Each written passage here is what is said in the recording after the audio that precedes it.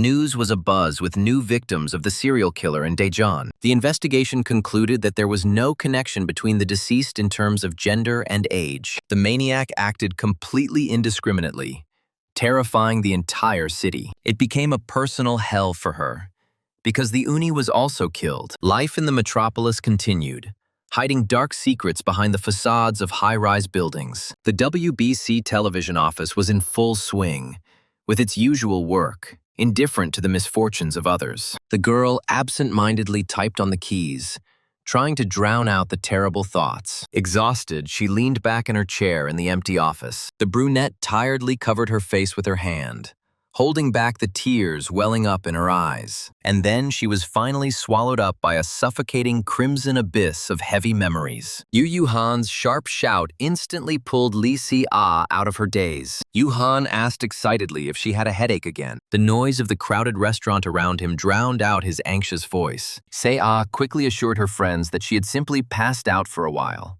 Yu Han reminded her that last time it made her vomit. The guy sitting next to him added gloomily that only a few weeks had passed. A lone bottle of soju on the table was a reminder of the cause of their melancholy. The girl looked sadly to the side, plunging into the recent past. Before, the three of them would happily drink together, celebrating life and laughing. The dead Uni was smiling brighter than anyone else, holding a glass of beer. Memories mercilessly brought her back to that terrible day in the morgue. The pathologist sullenly asked Se-ah to confirm the identity of the deceased lying before them. Shedding bitter tears, the girl could barely squeeze out a quiet agreement. On the pale palm of the deceased Uni, the number carved by the killer was clearly visible. The bloodthirsty maniac nicknamed Number has already become the most talked about in the world. Yu Han asked in horror, was there really already 30 victims? A friend gloomily clarified that, taking into account imitators, the figure had exceeded 40. The girl muttered in fear that the world was going crazy and the police were doing nothing. The guy hissed angrily that such bastards should be executed immediately. Se-ah sighed resignedly,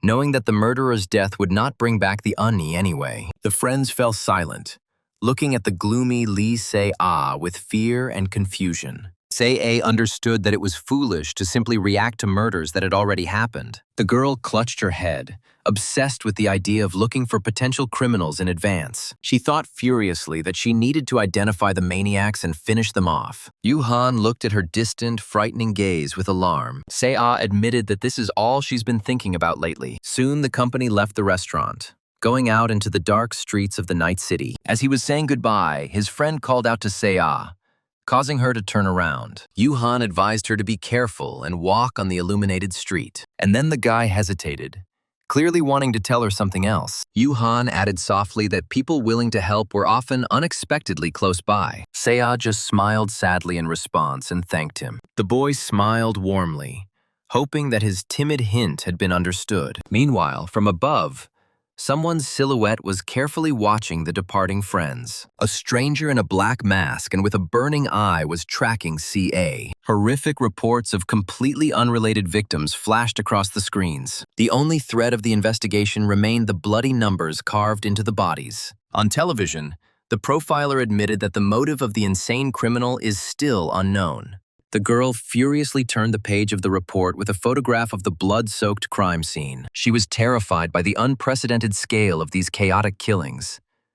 But she was not going to back down. After meeting the mysterious number, only a few witnesses miraculously survived. Survivor Lee Ja-yeon wearily called the incident a pure accident. The girl remembered how they decided to have dinner that day. They simply turned onto an unfamiliar street, which became a trap for them. Suddenly, a bloody knife belonging to a crazed maniac flashed in the alley. In front of the frozen witness, the killer brutally dealt with the guy. Later, another survivor, Choi Chang-won, gave a statement to a reporter. The man insisted that they had chosen a busy and popular road, but suddenly he realized that there was not a soul left around. There was only one person walking behind, giving rise to an inexplicable, sticky horror. It seemed that the criminal knew in advance the tragic outcome of this chance meeting. The reporters stared at the survivor's face in shock, trying to understand his motives. It remained a mystery why the ruthless killer spared them. Why did Number release the witnesses, realizing the enormous risks to himself? The girl remembered how she waited in horror for her imminent death, but the maniac only silently approached his victim, who was trembling with fear. And then his cold, mad eyes flashed from under the hood. The witness woke up screaming from the terrible memory of number 1. Meanwhile, the police hid the information, leaving the press without leads. The journalist thought hard about whether such madness was even possible in Korea, how a criminal continued to kill with impunity, dumping bodies and leaving no witnesses. The journalist returned to work and stared at the blank computer screen. Suddenly, she found that her work inbox was literally overflowing with emails. The girl froze in surprise when she opened one of the mysterious messages. The discovery shocked her, causing her to doubt the reality of the nightmare that was unfolding. With trembling fingers, she immediately began to dial a number on the phone. Reporter Lee Si-ah politely asked the recipient to discuss the letter. Meanwhile, a deep, dark night quickly descended on the Korean city. Se-a walked confidently down the street, rejoicing at such a successful turn of events. But from the darkness, an ominous silhouette was already silently watching the journalist. C.A. was absolutely sure that she was digging in the right direction. But the silence of the deserted alley was suddenly broken by the distinct alien sound of heels. A cold sweat appeared on the journalist's forehead from a sudden premonition of disaster. And then she realized that a long, ominous shadow was inexorably catching up with her. The girl frantically recalled the terrifying testimony of witnesses about deserted night roads. There really wasn't a soul around, and panic began to overwhelm Se-ah. She mentally begged herself to calm down, hoping for a simple, stupid coincidence. But the pursuer did not lag behind. Only one heavy step was heard behind. Turning around, the journalist saw in horror the rapidly approaching massive silhouette of a maniac. Suddenly, the stranger suddenly rushed forward, throwing himself at the victim, frozen in fear. Se-ah screamed as her attacker roughly pushed her onto the asphalt. A powerful heel suddenly emerged from the darkness, blocking the pursuer's path. The frightened journalist frantically crawled to the side, saving her life. The attacker swung his weapon in rage, intending to brutally deal with the witnesses. Suddenly, a brave stranger stepped between them, blocking the criminal's blow. The shocked girl instantly recognized her savior and shouted out Yoon Yoo-han's name. The guy grabbed the stunned maniac's hand tightly, not allowing him to move. Yoo-han commanded Se-ah to run and rushed away with her. As she ran, the journalist was puzzled as to where her acquaintance had come from. Yoo-han breathed heavily and tried to comprehend what kind of crazy bastard he was facing. The hooded pursuer ran quickly down a dark alley after the victims. The brunette shouted to her companion as she ran that they urgently needed to find a crowded place. The guy hoped that the maniac would definitely not be able to follow them in the restaurant. Ahead, a turn appeared that promised to be the shortest route to the main street. The girl turned sharply around the corner of a brick building at full speed, and then her eyes widened wildly from the approaching mortal horror. She braked sharply, realizing the enormity of their fatal mistake. The fugitive froze in confusion, noisily and heavily swallowing the cold night air. The trap was sprung, because what lay ahead was not the busy main street. The girl screamed in panic to Yoo-han that they had reached a dead end. Suddenly, Yoo-han swung the heavy pipe with fury. There was a dull thud and scarlet blood splattered in all directions. The guy walked away in cold blood, leaving behind the defeated, bloody body. The seriously wounded brunette lay helplessly sprawled on the cold asphalt of the alley. Yoo-han rudely called his accomplice a freak because of his slowness. Both accomplices stood gloomily over the motionless, bleeding body. The dying girl croaked out Yoo-han's name with her last strength. The hooded attacker breathed a sigh of relief, fearing wrath for his previous mistake. The victim's gaze began to rapidly fade from unbearable pain and shock. And then she realized that Uni had died at the hands of Nomer. Yoo-han just grinned sinisterly, glad to have the opportunity to shift the blame onto Nomera. Suddenly, the knife blade pierced the delicate skin with a nasty sound. The criminal mercilessly slashed the girl's arm, causing her to scream hysterically. Yoo-han stated with satisfaction that the dirty work was finally completely done. And then he warned in a chilling tone that after death, the victim belonged to him. The wounded brunette clenched her teeth furiously through tears and unbearable pain. The hooded accomplice leaned over cynically,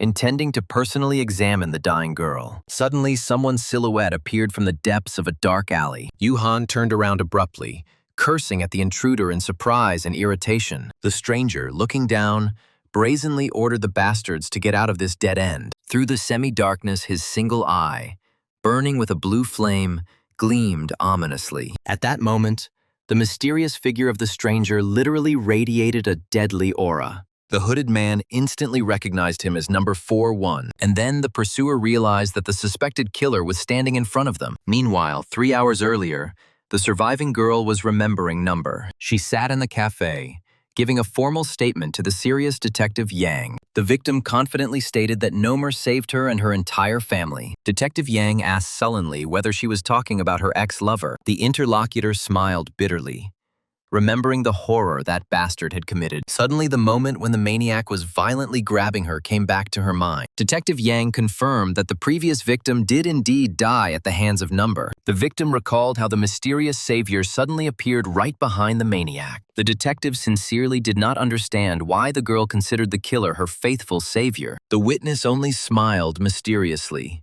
fully aware of the mortal danger of the situation. Investigator Yan stood there in complete confusion, silently pondering the strange testimony. And then the memories abruptly ended, returning the narrative to the dark, dead end of the night. The brunette lying on the ground understood that Number himself decides who will live. The Punisher, who had appeared through his mask, calmly announced that the suspected killer had finally been found. He moved forward slowly, frightening his accomplices with his ominous, confident gait. The hooded attacker swore in fear, gripping the heavy iron pipe tighter. The fair-haired guy called out to the departing stranger in fear, demanding that he get out immediately. Suddenly, the pursuer with the pipe screamed furiously, thinking the guy was deaf. At that very second, the masked brunette intercepted the dangerous weapon. With one sharp movement, he easily knocked the pipe out of the attacker's hands. This was followed by a crushing blow to the jaw, knocking the enemy off his feet. The defeated aggressor only cried out in pain from the unexpected and powerful rebuff. The fair-haired witness froze in shock,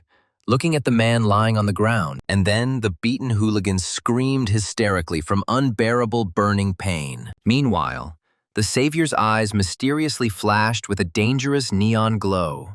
The system notification that popped up firmly stated that the first number did not belong to him. Terrible, bloody memories of a crying girl suddenly flashed before the brunette's eyes, and then the blonde froze in fear, enveloped in a suddenly flaring dark aura. In the hand of the unknown avenger, a deadly curved dagger of the fourth number instantly sparkled. The system ruthlessly identified the blonde as the main target for immediate destruction. The frightened guy frantically tried to understand what number they were talking about. Not believing his eyes, he watched in horror as his enemy made a furious dash. The blonde barely had time to scream in shock as the blade flew straight into his face. However, the guy reacted in time and thrust his sharp knife forward. At that very moment, the masked avenger's eyes flashed angrily with neon light. A frantic, deadly knife fight broke out in the middle of a dark, secluded alley. The blonde gritted his teeth in rage and surprise, noticing the enemy's sharp maneuver. The opponent instantly intercepted his hand,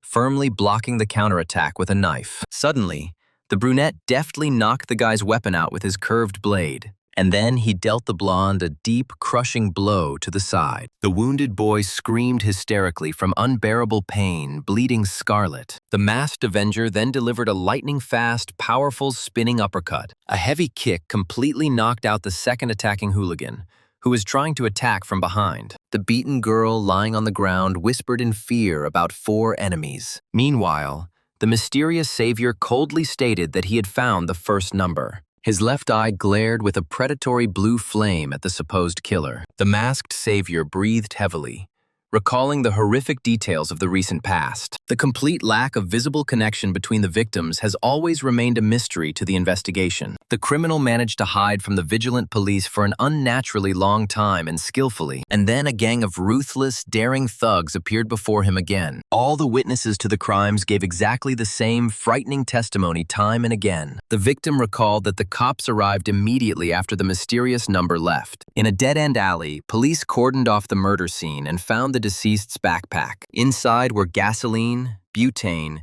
and a torch for committing another brutal arson. The interlocutor thought intensely about the incredible luck she had experienced in that fateful early time. Otherwise, she would never have crossed paths with the number near the house. The witness understood that without killing that bastard, the tragedy could not be avoided. Instead, her entire family would have burned alive in a terrible flame. Suddenly, the memories were interrupted, and the brunette in the mask stood menacingly in front of the blonde. And then the frightened guy frantically thrust forward his small folding knife. But the mysterious fighter instantly and easily dodged the pathetic attempt at an attack. With one powerful, precise movement, he pinned the attacker to the cold ground. The gaze of the formidable avenger through the slits of his black mask remained frighteningly indifferent. The brunette then delivered a lightning-fast, crushing kick straight to the enemy's jaw. The bloody knife whistled out of the limply unclenched fingers of the defeated blonde. Meanwhile, the beaten girl honestly admitted that her story sounded delusional.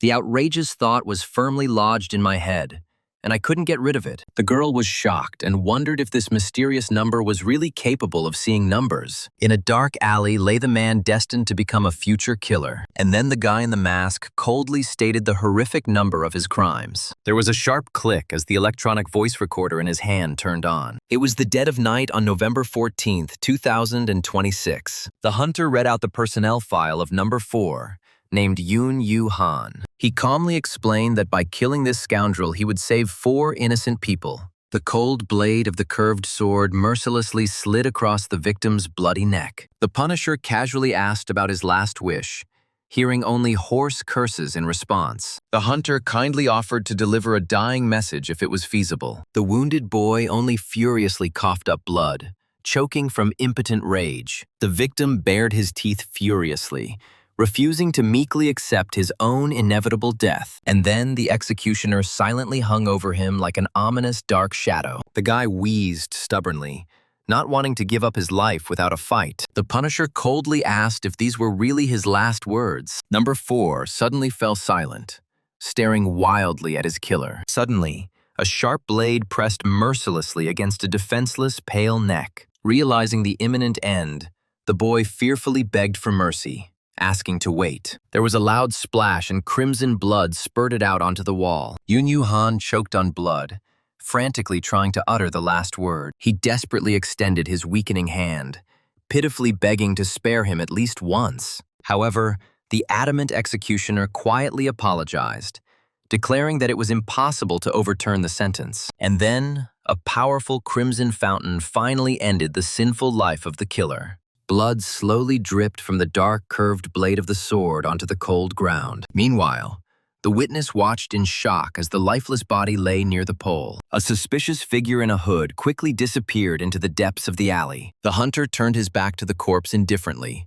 continuing to hold the bloody knife. On the pale palm of the deceased, the number 4 was clearly visible, carved in crimson. The girl excitedly asked if the Punisher was really not going to pursue the escaped guy. The guy snapped that number 1s were not targets for elimination. The witness objected furiously, mentioning the salvation of even one innocent soul. On an imaginary chessboard, a black pawn mercilessly crushed a white king. The masked hunter remained sullenly silent, lost in his dark thoughts. The girl admitted that such cruel logic is difficult for ordinary people to accept, and then she realized that this Punisher had his own rules. The brunette stepped forward decisively, unexpectedly offering the guy her help. Horrible memories of the dead, bloody victim flashed before her eyes. She passionately dreamed of being able to independently identify future villains and punish them. The arrest of a criminal and a schoolgirl crying on her knees came to mind. She admitted that she worked as a reporter and could safely hide him. The girl persistently assured him that she would definitely prove useful in his case. And then the Punisher gloomily asked if she had always thought so. Suddenly, he slowly reached his hand towards his black mask. The guy coldly said that then he no longer needed to hide his face. The masked hunter once again pressed the button on the recorder as usual. This time, he asked her in a chilling tone about her last wish. The brunette froze in fear,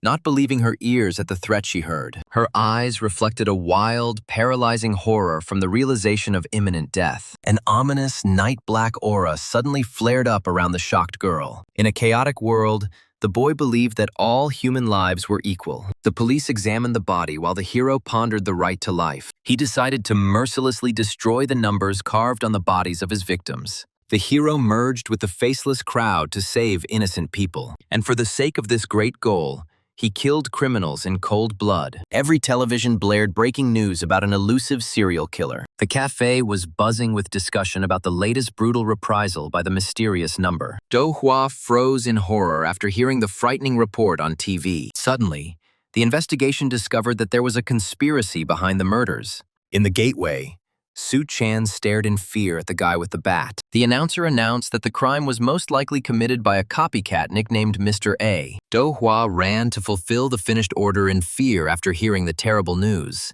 Meanwhile, the black-haired guy at the table was carefully studying his personal notebook. He silently took a sip of hot coffee, lost in his thoughts. The news reported that such serial murders had never happened in the country before. The professor leafed through a notebook with sketches, recalling an old case from 1912. In his mind, he ordered a coffee with caramel in a strictly defined volume. The waitress politely took his order while he calculated the perfect timing. The man preferred to sit by the window, watching every visitor to the cafe. The girl brought a drink to the guy working on his laptop with a smile. The coffee shop window offered a clear view of the busy intersection near Chonggil Station. The whole point was that the guy was figuring out his enemies. Suddenly, a dangerous, chilling light flashed in his eyes. The city was filled with frightening dark silhouettes emitting an ominous, gloomy aura. The guy instantly fixed his gaze on the mysterious choker girl number 2. He coldly calculated the routes of the targets, excluding certain days and streets.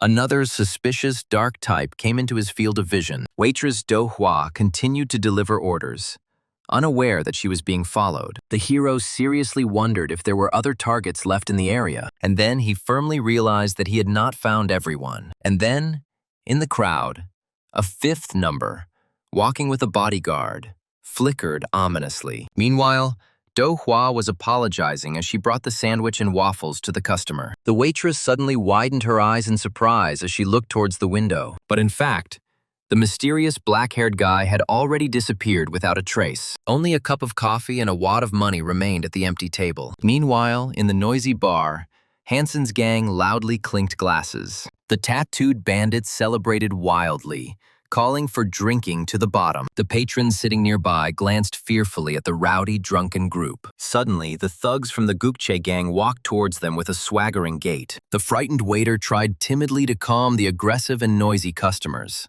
The thrown bottles smashed against the wall with a crash, frightening the girls. The tattooed thug only brazenly snapped back at the unfortunate employee's remark. The frightened visitors hurried to leave this dangerous and noisy establishment. He continued to brazenly demand alcohol, spitting on decency and rules. The bandit with the tattoo on his neck irritably ordered more beer. The friend congratulated the bastard on successfully delaying his well-deserved sentence. The criminal grinned smugly as he recalled his dangerous drunk driving. He cynically mentioned the girl he had hit and her inconsolable father. The scoundrel sincerely did not understand what those around him wanted from him. The villain brazenly asked if he should return the injured leg back. The boy thought with disdain about the cripples who meekly accepted their miserable fate. A friend bragged at the bar about how quickly he intimidated a stubborn old man. And then the interlocutors laughingly recalled the bastards with a dog's will. Meanwhile, the night city was quietly plunging into an ominous gray haze. The people seeing him off cheerfully shouted after him,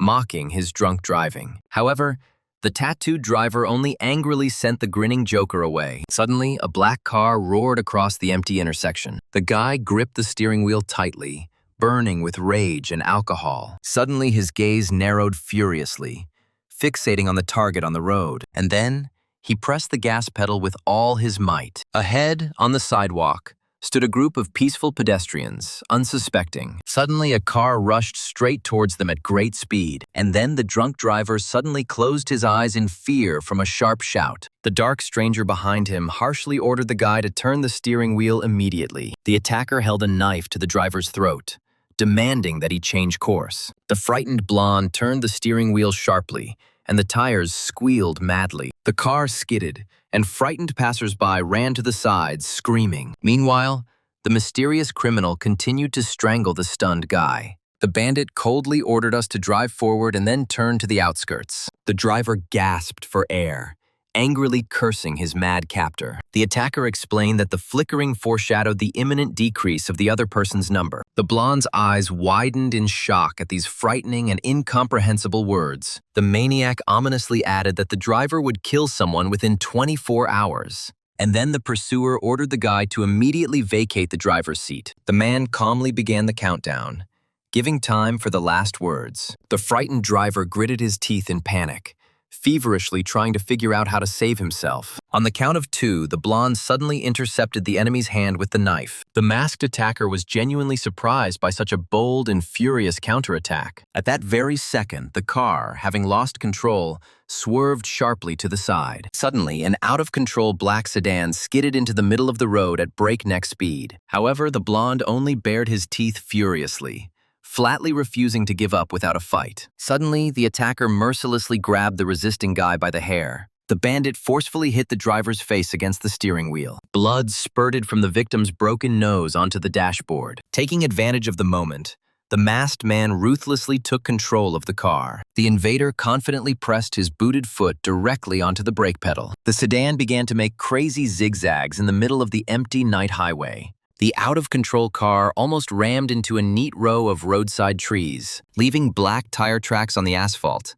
The car finally came to a stop. The bloody driver breathed heavily as the stranger calmly took his place. The stranger glanced at his watch, noting that the flickering had disappeared, but the number remained unchanged. The bleeding guy hoarsely demanded the name of the mysterious customer. The man gloomily realized the futility of preventing murder for the sake of a simple delay. Suddenly, the wounded driver's bloody hand furiously clutched a sharp knife. The blonde man suddenly pounced on his neighbor with a mad cry, striking him. At that very moment, his eyes glazed over, losing their sparkle of life forever. The boy's lifeless body fell heavily onto the bloody seat. Meanwhile, the attacker calmly accepted the new instructions on his mobile phone. The black sedan smoothly pulled away, taking the dead man into the unknown. Meanwhile, a pale dawn was slowly breaking over the silent city block. The guy in black approached the checkout counter, where a friendly saleswoman greeted him cheerfully. He silently placed the bills on the counter,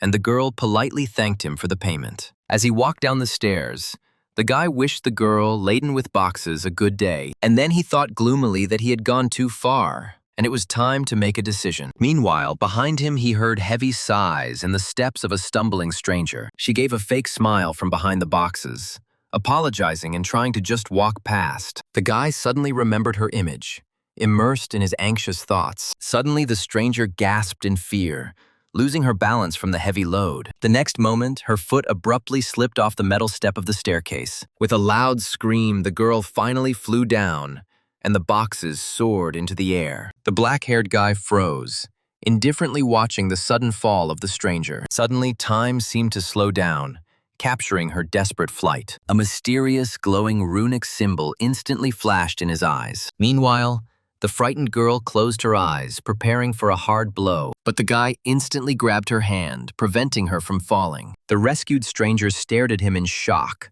stuttering from intense fear. An agitated saleswoman ran up from above, shocked by the dangerous scene she had witnessed. The victim quickly apologized to her colleague while she was examining the boy. The savior only remained sullenly silent, continuing to pierce the stranger with a heavy gaze. And then he was stunned to realize, noticing a system number above it. The guy looked closely at her light, wavy hair, comparing the facts. Then he turned his gaze to the old, dark blue sneakers. And then he realized that he definitely remembered this employee. My thoughts were confused because system numbers never change after they appear. Meanwhile, the stranger awkwardly scratched the back of her head, complaining of a sudden headache. The saleswoman politely asked the guy to move on, promising to quickly clean up the stairs. But in fact, it was that very same Mo Ji-hyun who stood before him. Soon the colleague took out some eye drops, commanding the poor girl to open her eyes wider. The friend began to drip the medicine while the victim squinted comically and hissed. The girl at the table whined that this bill was making her even more stressed. Her friend forcibly opened her eyelid,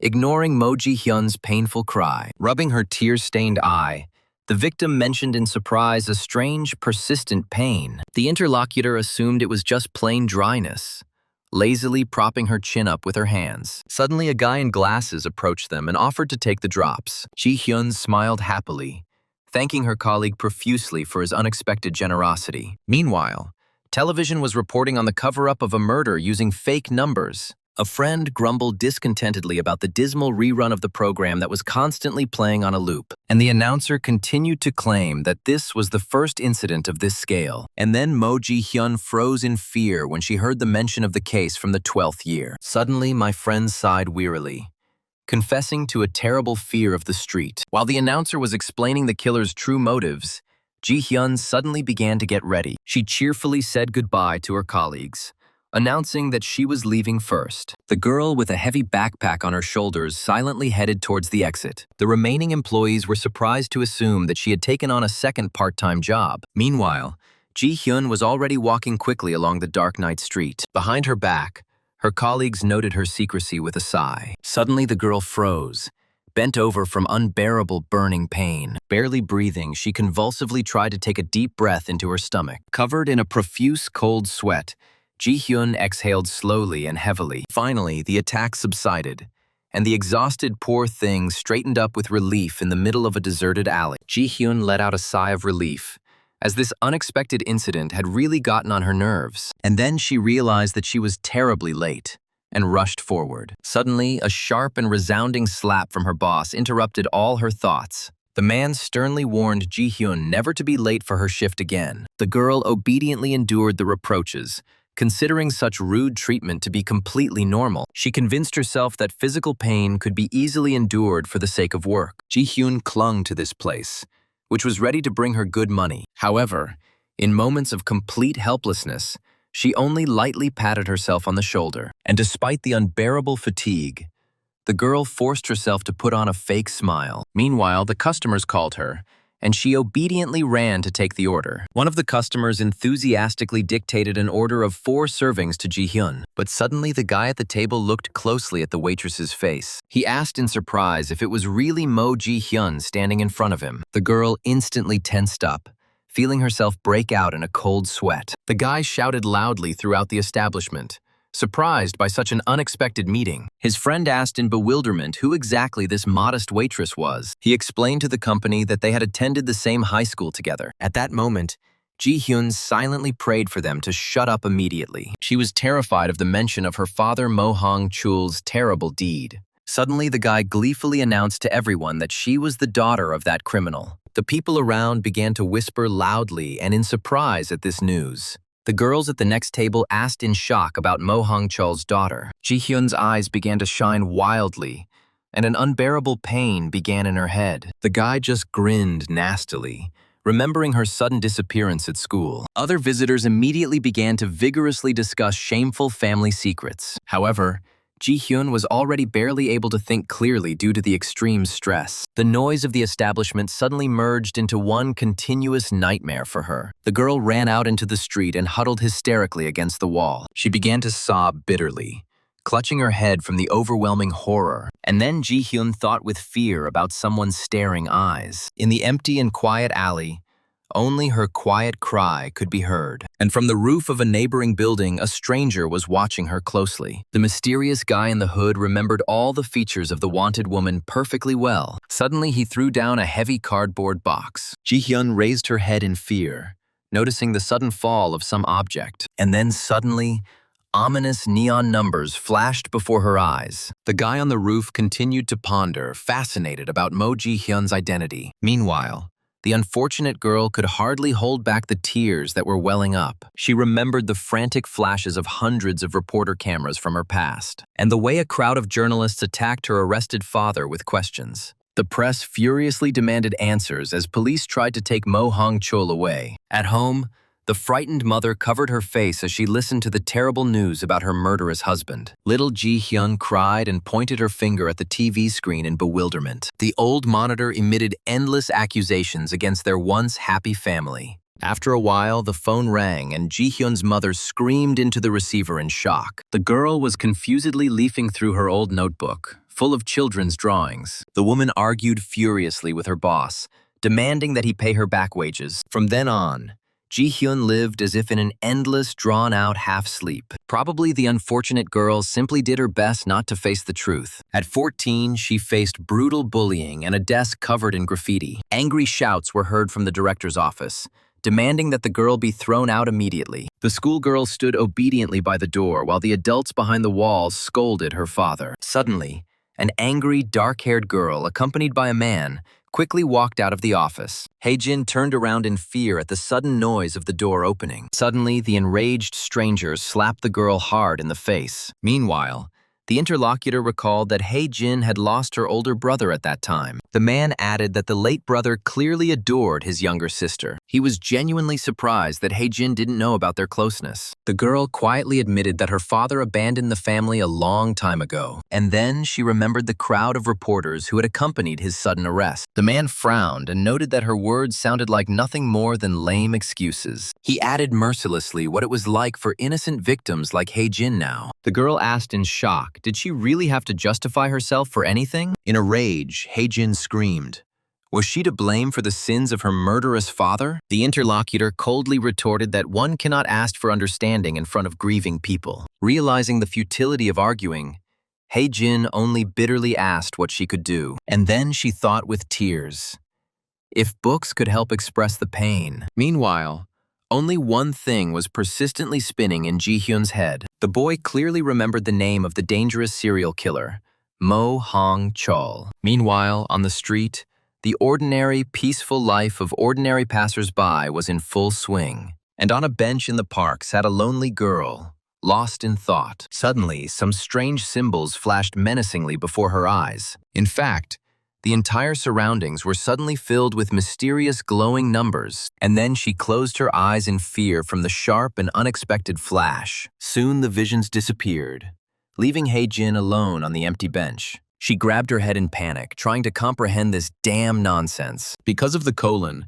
the girl at first sincerely mistook these strange signs for time, but judging by the chaotic size, it was clearly something completely different. Jin sighed resignedly, wondering if she had caught some rare illness. The thought of a sudden illness made her gasp for breath. On the bench, her friend, 18-year-old Baek Min, suddenly called out to her. Jin snorted condescendingly, calling the guy a complete and ignorant child. Baek Min reminded her with an offended expression that he had come solely at her personal request. And then he suddenly handed the girl some mysterious golden box. The schoolgirl was genuinely surprised why he was giving her a new hand cream. The guy raised an eyebrow in surprise, reminding her of her birthday tomorrow. He asked directly if she had really called him for something completely different. Meanwhile, Baek Min thoughtfully suggested having a bite to eat at a cool cafe. Suddenly, he looked closely and very attentively into her face. The friend exclaimed in fear, noticing bitter tears in Jin's eyes. Jin smiled sheepishly through her tears, perplexed by her strange reaction. She quickly sniffled and sincerely thanked her faithful friend for the gift. And then the terrible images of the slap and arrest came back to her mind. The schoolgirl quietly admitted that she had been going through an incredibly difficult time mentally lately. For a moment, there was silence, broken only by the light rustling of green leaves. Meanwhile, Baek Min suddenly remembered an old classmate named Kim Min-soo. The girl sighed bitterly, lamenting that she had to face him. She clenched her fingers convulsively, admitting that the memories made her feel very nauseous. In fact, Jin still remembered those evil women. That day, angry Ajumas furiously demanded that they think realistically and drive away the killer. The girl bitterly recalled her difficult childhood and the constant doubts of those around her about her normality. Lack of money deprived her of an education, pushing her onto a slippery and dangerous path. But she desperately wanted to prove to the guy her ability to live happily. She desperately wanted to have a normal, fulfilling adult life as an ordinary person. She firmly stated that she would never follow in the footsteps of her murderous father. The companion only wearily covered his face,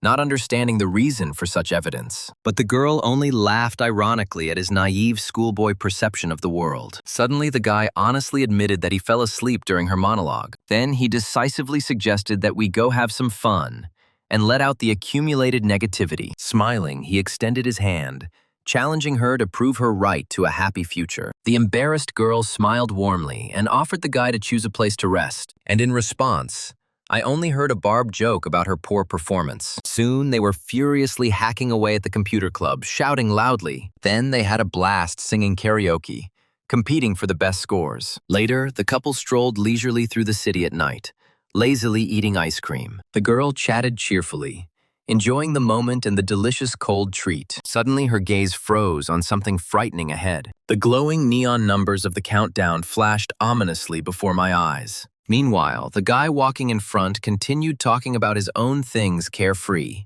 And then he turned around in fear, noticing her sudden wild horror. She quickly lied, trying to convince her companion that she was completely fine. However, the guy internally suspected something was wrong, looking into her tense face. Meanwhile, they quickly mingled with the crowd, trying to escape unnoticed. The couple lay in wait, silently waiting for their pursuer to finally pass them by. Turning around, the guy breathed a sigh of relief, because they almost got caught. His partner immediately and rudely ordered him to shut up and stop being an idiot. And the spy's hidden camera continued to mercilessly record their every step. The creepy stranger gloomily examined the latest footage of our couple's happy walk. Through dark glasses, he angrily noted her surprisingly happy life. The video sent was cut off, but the sender pointed to her moving towards the bars. The man in glasses cynically called the strolling teenagers ordinary high school students looking for trouble. But then he revealed a fun fact about the date the video was filmed. But in fact,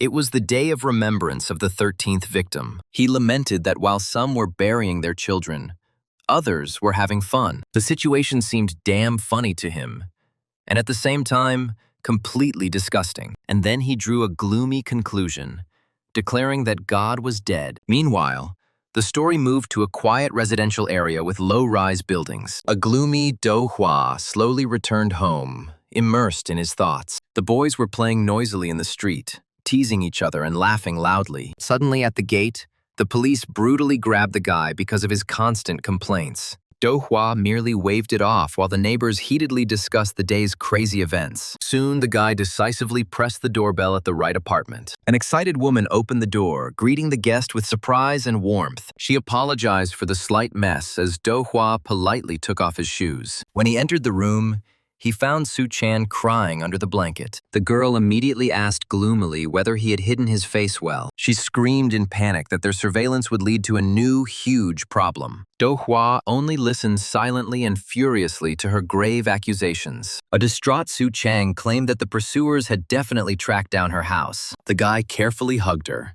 quietly urging her to calm down and ignore the bastards. She sat resignedly on the floor, realizing the inevitability of the end of this protracted drama. The girl bitterly admitted that she felt betrayed by the stigma of being labeled a future criminal. Suddenly, the cruel reproaches of adults who predicted a crooked path for her appeared before her eyes. Tears streamed from her eyes from the unfair accusations of her right to happiness. And then the guy silently watched her bitter crying on the floor. He stood frozen in a daze, sincerely not understanding the reasons for her deep suffering. Meanwhile, a woman looked into the room and timidly called out to Mina. She pointed anxiously at the frightening crowd of suspicious men outside the window. Min calmly reassured her, citing the absence of classes due to exams. As she left for the night shift, the woman meekly thanked him for his help. The woman finally asked to call her immediately in case of any trouble. Suddenly, a ghostly timer lit up ominously above Ming's head. The girl sitting behind the door breathed out a quiet, resigned denial. Time was rapidly running out,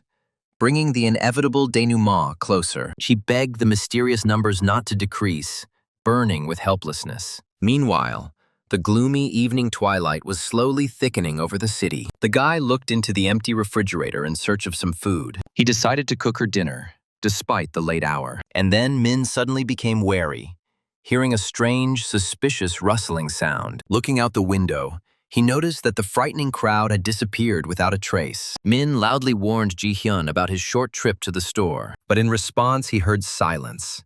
Assuming that the girl was fast asleep, suddenly the guy confidently pulled the handle of the front door, and then the door swung open, causing him to freeze on the threshold. The brazen, uninvited guests unceremoniously burst right into someone else's apartment. The nasty guy started calling out loudly for Ji-hyun with a grin. The attackers brazenly surrounded Min, suddenly recognizing him from the scandalous video. Rotten streamers laughingly admitted that they filmed trashy content live. A terrified Ji-hyun cowered on the floor in the dark room. Min shouted furiously, ordering the scoundrels to leave immediately under threat of police. The streamers brazenly moved forward, unceremoniously crossing the threshold of the apartment. Suddenly, someone's powerful hand blocked their path. An unfamiliar man loomed sternly over the stunned gang leader. He tried to break free, demanding that his hand be removed immediately. But the stranger only squeezed his hand tighter, demonstrating frightening strength. Min stared in complete shock at the savior who had suddenly appeared. The man gloomily recalled his deceased daughter,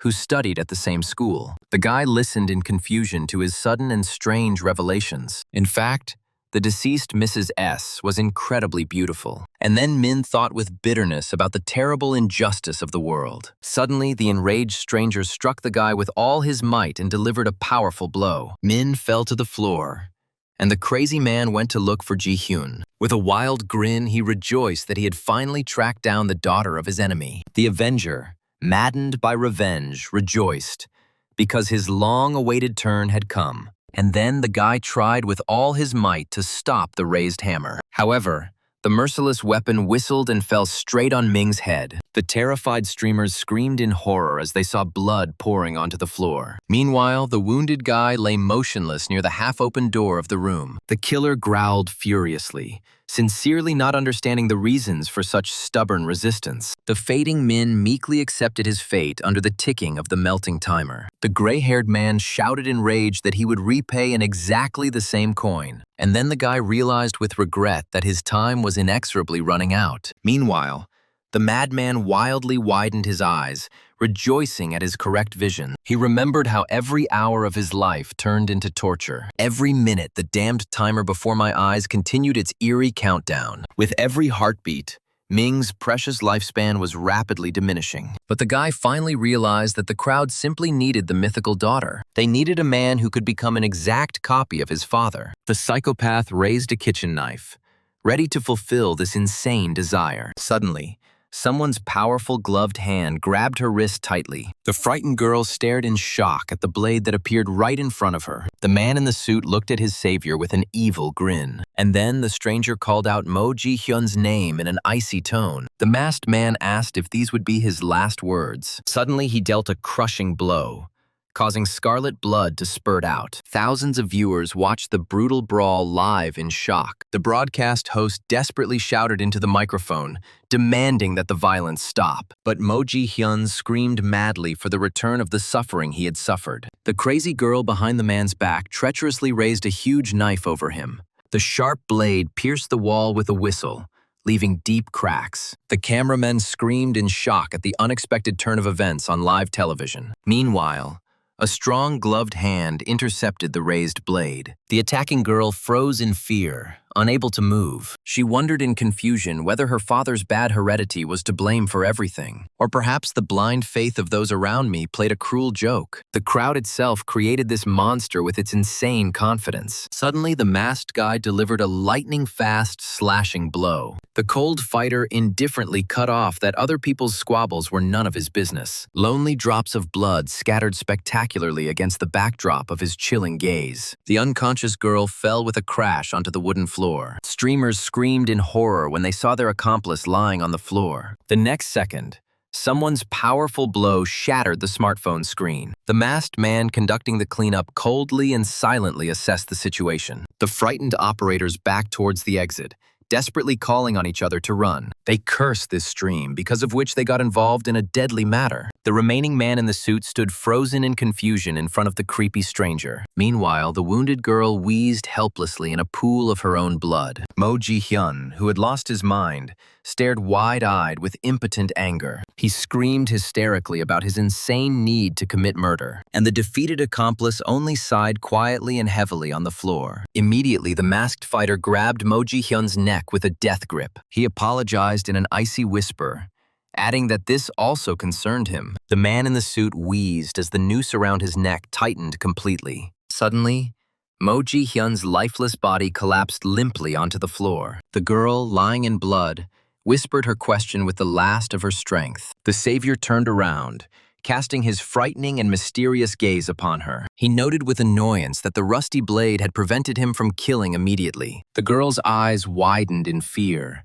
suddenly realizing something completely shocking. She remembered the eerie, ghostly numbers hanging over the heads of passers-by. And then it dawned on her that this guy could see them too. The masked man peered into the darkness, noticing the mysterious targets. And then the bloody girl was cruelly ordered to take the lives of 4,000 more people. On TV, they reported that the only connection between the victims was the cutout numbers. The announcer added grimly that the criminals' motives and the meaning of the numbers remain a mystery. The family screamed in rage at what kind of scum the child would grow up to be with such terrible genetics. Memories came flooding back, and the frightened girl swung the huge kitchen knife in panic. And in my head, the order to destroy thousands of people continued to echo cruelly. The wounded heroine froze in shock, frantically trying to take at least a breath of air. Suddenly she realized that this number killer and all the victims were exactly like her. The poor girl's strength finally left her.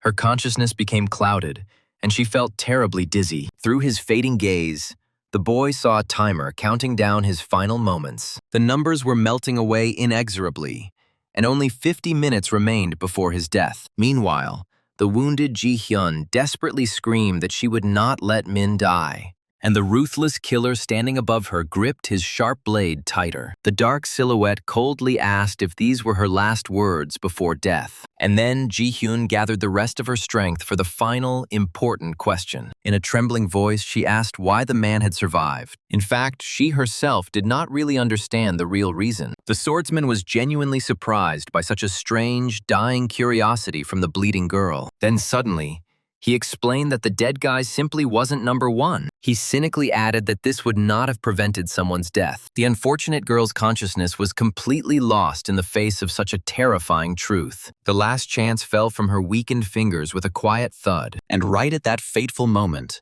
the killer suddenly raised his blade. The wounded Ji-hyun finally lost her strength and collapsed unconscious. The masked swordsman stood silently, staring intently at his fallen victim. Suddenly, his eyes widened wildly in shock and sudden realization. A powerful, mysterious aura suddenly sparkled around Ji-hyun's unconscious body, and then the guy jumped back in fear from this unexpected flash. Meanwhile, the girl, enveloped in a mystical light, quietly continued to rave. The masked guy froze in shock, remembering someone's familiar piercing gaze. The destroyed classroom where he had made his vows to the girl came back to him. Then he resolutely promised to do this personally for the sake of universal salvation. The tearful young man vowed to complete the mission if the numbers did not decrease. Reality washed over him again, causing the killer to grip the handle of the sharp knife tighter. Suddenly, a man came rushing from behind with a mad cry, thirsting for reprisal. The enraged attacker swung at the masked guy with all his might. The crazy aggressor screamed furiously that this prey belonged only to him. The swordsman deftly blocked the blow,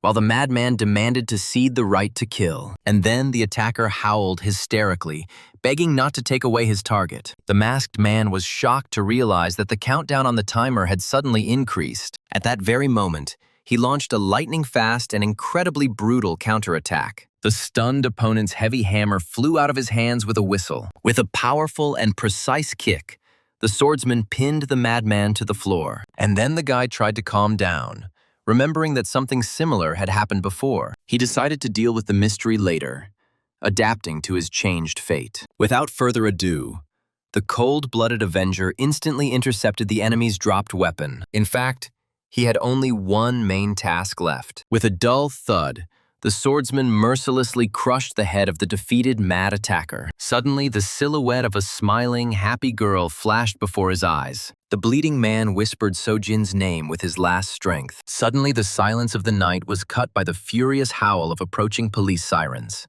The sound of flashing lights echoed throughout the darkened neighborhood. The masked guy stood frozen in the corridor among lifeless, bloody bodies. The wounded brunette was breathing heavily, clinging with all his might to his slipping consciousness. Meanwhile, Do Hua lay unconscious with a bloody face. The attacker, standing in the shadows, grimly stated that he simply had no words. And then Sojin remembered in horror the endless circle of deaths. But in reality, this terrible nightmare has returned to the beginning again, and now the masked guy was desperately trying to figure out her secret. The guy reluctantly resigned himself to the inevitable, mentally agreeing to continue acting. Meanwhile, police cars roared past the brick building. Someone's black car suddenly took off, its tires screeching deafeningly. The strangers silently carried the wounded and bleeding boy away. Do Hua sat in the passenger seat, completely unconscious. The car sped along the empty night highway at great speed. Suddenly, the blonde opened his eyes sharply,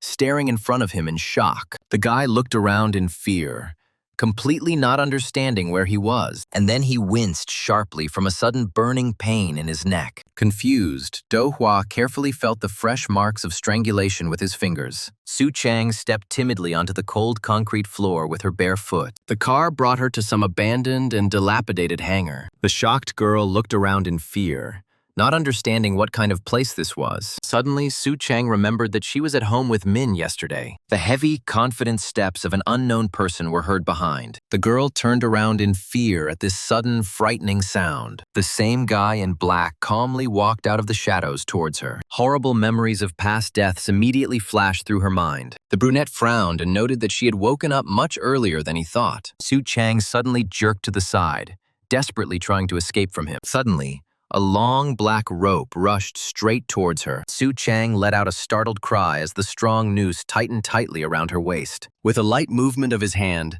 the guy pulled the fugitive back to the car in a second. The kidnapper calmly ordered her not to waste her energy and to stay inside. And then he confidently sat down in the back seat of the huge van. The stranger sullenly promised to leave her alive, provided that complete silence was observed. A frightened Su Chang breathed heavily, realizing that her hands were now tied. Inside the car, rows of grisly metal instruments lay neatly on shelves. The captive froze in horror, looking at the frightening arsenal behind her. And then she met the cold gaze of the brunette through the mirror. And then Su Chan realized that she had met this guy before. It seems that he was the mysterious serial killer Number. The girl realized with horror that she was seeing the total number of his victims. A terrible future, drenched in the blood of innocent people, flashed before her eyes. The terrifying figure of having to kill 4,000 people came to mind. The frightened captive muttered this terrible number out loud in shock. Meanwhile, the guy calmly clarified the exact figure of 4,326 people. Suddenly, Su Chang shuddered in fear at his chilling words. The kidnapper grimly corrected himself,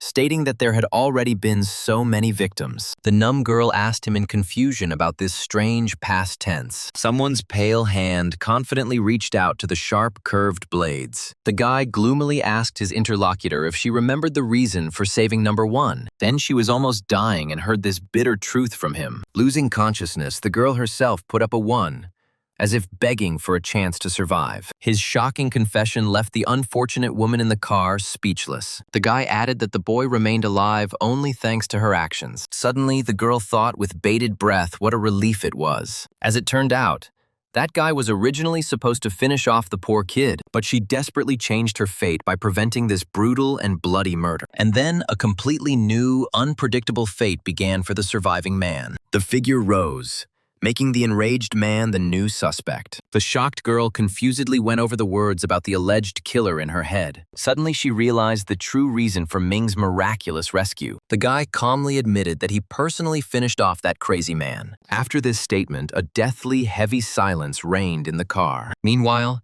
she was discussing the unchanged figure of the unconscious man. The black-haired guy sternly reminded her that she herself was preparing to commit murder. These merciless words made the unfortunate woman shudder and freeze in fear. It doesn't matter at all whether she then inflicted fatal knife wounds on the victim. The intentions did not change, even if the body was dismembered or the person was kept locked up. The chosen method will change absolutely nothing for the one for whom it is predestined. The one who is destined must kill a specific number of people. The guy swung sharply, causing the girl to cower in fear and submission. He then asked why the absolute numbers were decreasing only for her. The dark silhouette firmly declared that she now belonged entirely to him. The girl bit her lip in resignation, not knowing how to react to the threat. The heavy van took off with a deafening whistle of its wheels. Picking up speed, they sat silently in the oppressive semi-darkness of the cabin. Finally, she timidly asked where exactly they were taking her now. The driver coldly stated that they had no specific destination, but then he added harshly that now she would always be with him. The driver sternly asked her if she still didn't understand anything. The unfortunate woman asked in fear what would happen if she refused to follow him. The guy calmly handed her the phone,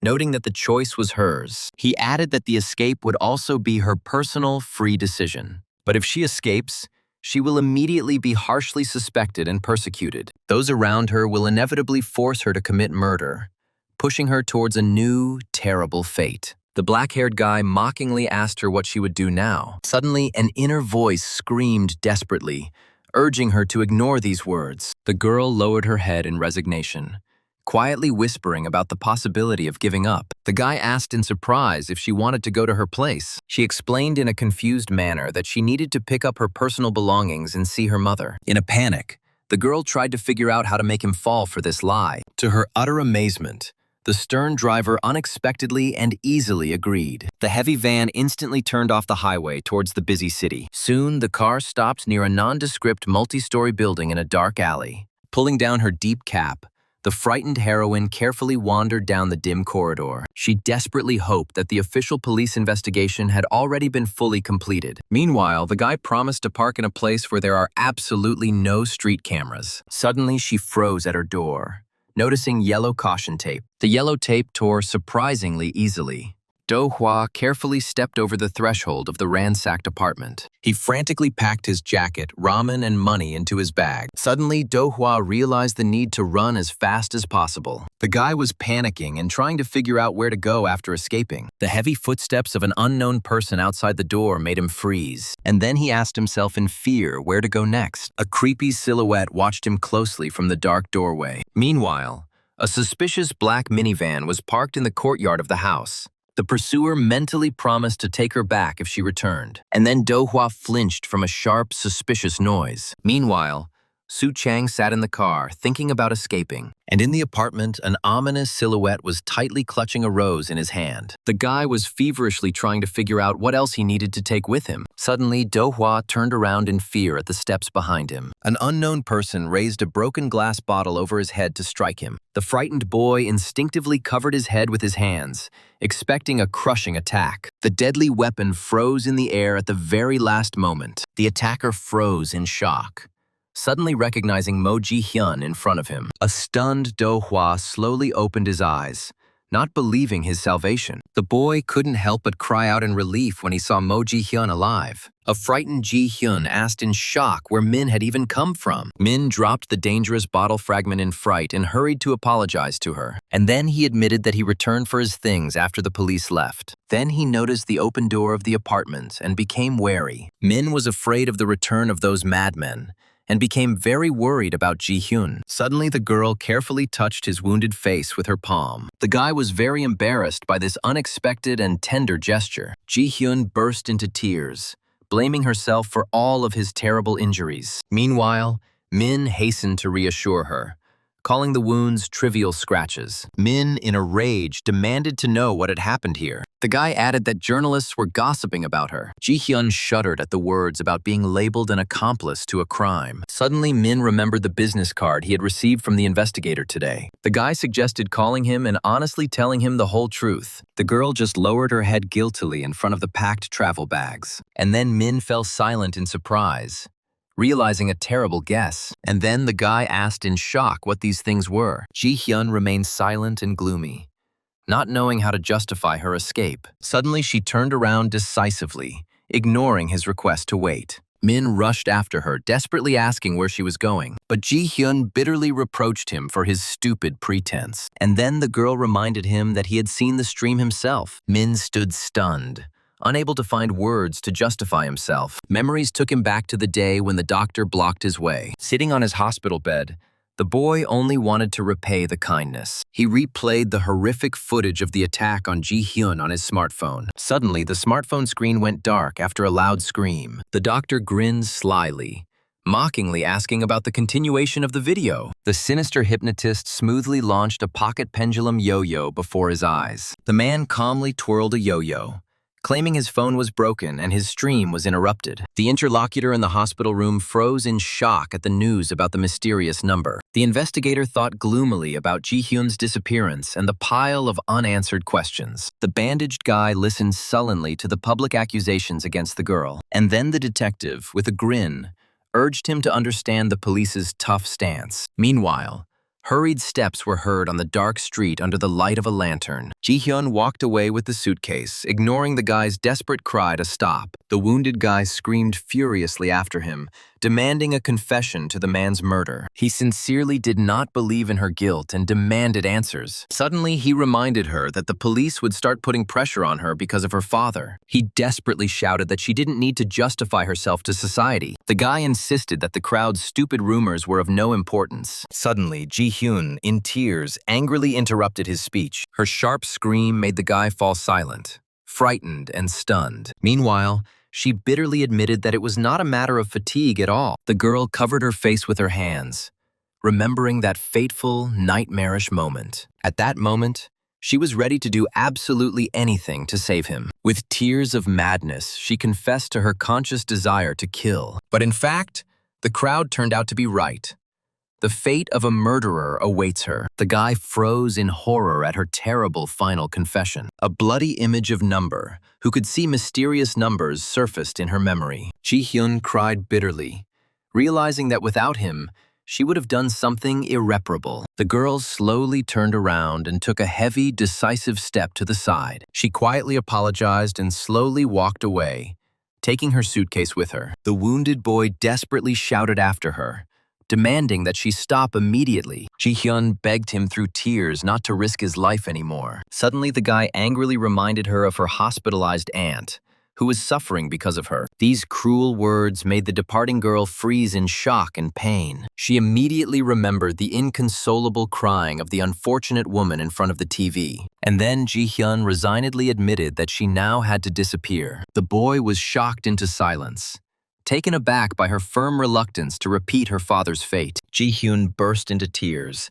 confessing her deepest desire to see her mother. Finally, she turned around and took a confident step into the night darkness. The bandaged guy just looked after her sullenly, following her suitcase with his eyes. Suddenly, someone's hand decisively opened the door of a car parked nearby. The girl obediently sat in the passenger seat next to the gloomy, dark-haired driver. The man coldly reproached her for the delay, admitting that he suspected an escape. Ji-hyun reminded him of the rule of eliminating future murderers in advance. The brunette sternly replied that only he could do this dirty work. And then she realized the true, frightening meaning of her being next to him. The girl firmly promised not to kill anyone again, to which she received consent. Meanwhile, the car sped along the highway towards a new, foggy dawn. Ji-hyun sat strapped in, lost in her heavy, gloomy thoughts. Suddenly, a familiar yo-yo suddenly shot up in someone's hands.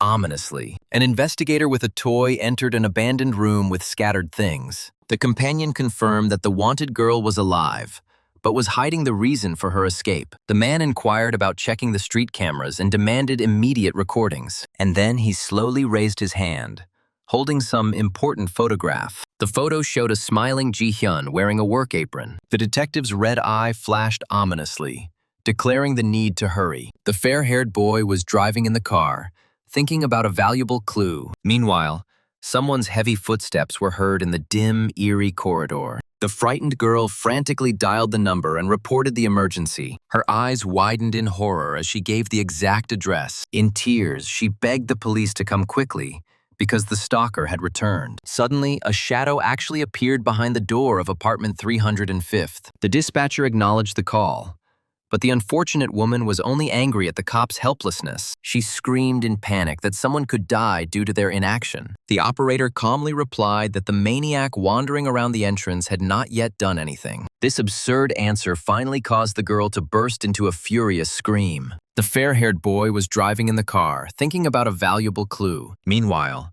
someone's heavy footsteps were heard in the dim, eerie corridor. The frightened girl frantically dialed the number and reported the emergency. Her eyes widened in horror as she gave the exact address. In tears, she begged the police to come quickly, because the stalker had returned. Suddenly, a shadow actually appeared behind the door of apartment 305th. The dispatcher acknowledged the call, but the unfortunate woman was only angry at the cops' helplessness. She screamed in panic that someone could die due to their inaction. The operator calmly replied that the maniac wandering around the entrance had not yet done anything. This absurd answer finally caused the girl to burst into a furious scream. The companion simply waved it off, adding that the taste of the food was not important at all. In his opinion, The main thing is an optimized and clear routine. The guy chewed silently, realizing the futility of arguing with this dry person. In fact, this strange guy was a dangerous serial killer. 4 days passed, but the hostage only sadly rode with him. The number warned her not to wander the streets without a reason. He told the girl to run if she didn't return by 1 o'clock in the morning. And then she remembered that the maniac always acted the same way. The predator watched the crowd from above for a long time, choosing the potential killers as targets. Everything happened exactly the same as in the diner where she worked. She remembered how joyfully she served happy families in her cafe, and then kind conversations with regular customers came to mind. The girl sighed heavily, plunging into her dark thoughts about the past. She clenched her fist tightly, doubting the correctness of her current actions. In fact, she was desperately trying to understand her own hidden desires. Meanwhile, the hostage quietly fell asleep in the passenger seat of the locked car. Suddenly, she woke up sharply from a terrible noise and wild fear. In front of her stood a half-naked number, covered in splashes of fresh blood. The killer casually threw his dirty, bloody clothes right onto the seat. Smelling the pungent smell of blood, the frightened girl silently cowered in the corner. Overcoming her fear, the girl asked Number directly about the number of his victims today. Calmly putting on clean clothes, the killer briefly replied that he had killed 2 people. He added coolly that he had to deal with them today. Suddenly, the girl developed a sharp and unbearable headache. The number immediately reacted to the strange cry, staring at its companion. Overcoming the sharp pain, she hastened to lie that everything was fine, and then her right eye flashed ominously with a bright golden light. The stunned hostage saw ghostly numbers hovering above her partner's head. Looking at the mysterious glow, she suddenly realized the frightening nature of what was happening. Based on past visions, these numbers represented the remaining time of his life. The brunette suddenly called out the name of Mo Ji-hyun, who was standing in front of him. The guy suddenly hovered behind her and asked if she saw something. The girl became extremely nervous and asked again in fear, not understanding the essence of his question. She pressed herself into her seat, trying to comprehend what exactly she was supposed to see. There was a heavy pause, and the black-haired man turned away gloomily, plunging into silence. Later, his companion honestly admitted that she had no need to hide the truth from him. The atmosphere became tense, because the guy had a very bad and ominous feeling. And then the memories suddenly switched to his previous stern look. Meanwhile, some young man anxiously asked if everything was okay with him. However, the brunette simply waved it off casually, lying that nothing special had happened. The boy clutched his head and was surprised by the sudden, strong blurriness in his eyes. In fact, he had already guessed everything long ago and quietly cursed. The footage changed to a peaceful cityscape with high-rise residential buildings. The black van stood in a narrow alley as passers-by walked peacefully past. The companion warned the girl that he would go shopping for about 2 hours. Left alone in the car, she suddenly noticed people passing by, and then her gaze became clouded, and her pupils flashed with an ominous bright light. Suddenly, strange glowing numbers appeared in front of her above the passers-by. The girl remembered that for each person, the right number decreases differently. It turned out that these mysterious numbers show the exact time until inevitable death. She clearly remembered that the meaning of 331 meant 3 hours and 31 minutes. If we continue to calculate in this way, the value 302 means 3 days, 2 hours. The girl seriously wondered whether months and days would be displayed in future calculations. And then she turned her gaze to the trio passing by. The 3 were talking animatedly, completely unaware of the danger looming over them. Mo Ji-hyun was suddenly horrified by the ominous numbers above their heads. The brunette from that group suddenly drooped and sighed heavily, exhaustedly. The friend became nervous and asked excitedly why she had become so pale. Hearing the question about possible hunger, the exhausted girl only laughed wearily. The poor guy's gaze became completely lifeless, and cold sweat rolled down his face. Suddenly, the memories were transferred to the room where the frightened poor thing covered her ears. Behind the locked door, someone was raging furiously and demanding that someone call immediately. The girl covered herself with a blanket while the madman threatened to destroy everything and commit suicide. He continued to frantically break into the locked room, shouting insane threats. The unfortunate woman wept bitterly in horror, tightly clutching the edge of her hood. Suddenly, an enraged psychopath promised to brutally kill her entire family. And then the ominous numbers above the passers-by began to tick clearly and frighteningly. Mo Ji-hyun stood frozen as she watched time melt away over the doomed trio. The girl exhaled in fear, unable to believe the nightmare that was unfolding. Meanwhile, a silhouette was confidently approaching the unsuspecting people from behind. The hooded stranger walked confidently down the stairs, following the peaceful passers-by. From afar, a black-haired guy watched this suspicious guy silently and coldly. The man swayed as he walked, emitting an ominous dark aura around himself. The brunette with a glowing blue eye grinned, finally finding his target. Meanwhile, the ghostly timers above the doomed trio continued to tick relentlessly. The girl behind the wheel was completely confused, noticing an incredible detail in these numbers. And then she realized that absolutely everyone was displaying the same numbers. Mo Ji-hyun frantically tried to figure out what exactly this eerie coincidence meant. It turned out that the unfortunate passers-by had only 8 hours and 31 minutes left to live. At this point, the company happily went shopping, completely unaware of the trouble. He was tormented by the difficult question of what he could do alone. The wounded boy was fading away before our eyes, leaving no hope for salvation. The girl in the beret sank into a gloomy, oppressive silence out of hopelessness. Suddenly, she swung open the car door, deciding to take a desperate step. Throwing aside her cowardly doubts, she rushed forward after the departing group of people. The black-haired guy turned around sharply, noticing some movement out of the corner of his eye. At first, he was surprised to think that Mo Ji-hyun had decided to run away, but then his gaze turned cold, because she was clearly pursuing someone. Meanwhile, two suspicious strangers stood in front of the trash bins. A little further down the alley, two more dark figures were quickly moving away, but then his eye flashed ominously with a mysterious blue flame. Mo Ji-hyun confidently walked ahead, straight through the crowd. From the darkness of the alley, the silhouette of a guy in a voluminous hoodie suddenly appeared. The black-haired pursuer grinned contentedly, having finally found his cherished target. Meanwhile, in the busy shopping center, ordinary life was in full swing. The girl sighed tiredly while her friend was enthusiastically choosing a pink sweater for her. Suddenly, her mobile phone rang insistently, interrupting her shopping. Eun-seo cursed in irritation, quickly detaching yet another annoying call. The companion asked why she didn't simply report it to the police. She gloomily explained that some psycho had leaked the number online. The man, confused, suggested that she might have done something to seriously offend the offender. Eun-seo snapped in her heart that she wished she knew the reason for such meanness. The girl resignedly decided to wait here until the long-awaited move. Mo Ji-hyun sat nearby, listening attentively while sipping her coffee. The thought of a typical crazy stalker was spinning around in Mo Ji-hyun's head. Meanwhile, she remembered the dead family and was horrified by the scale of the tragedy.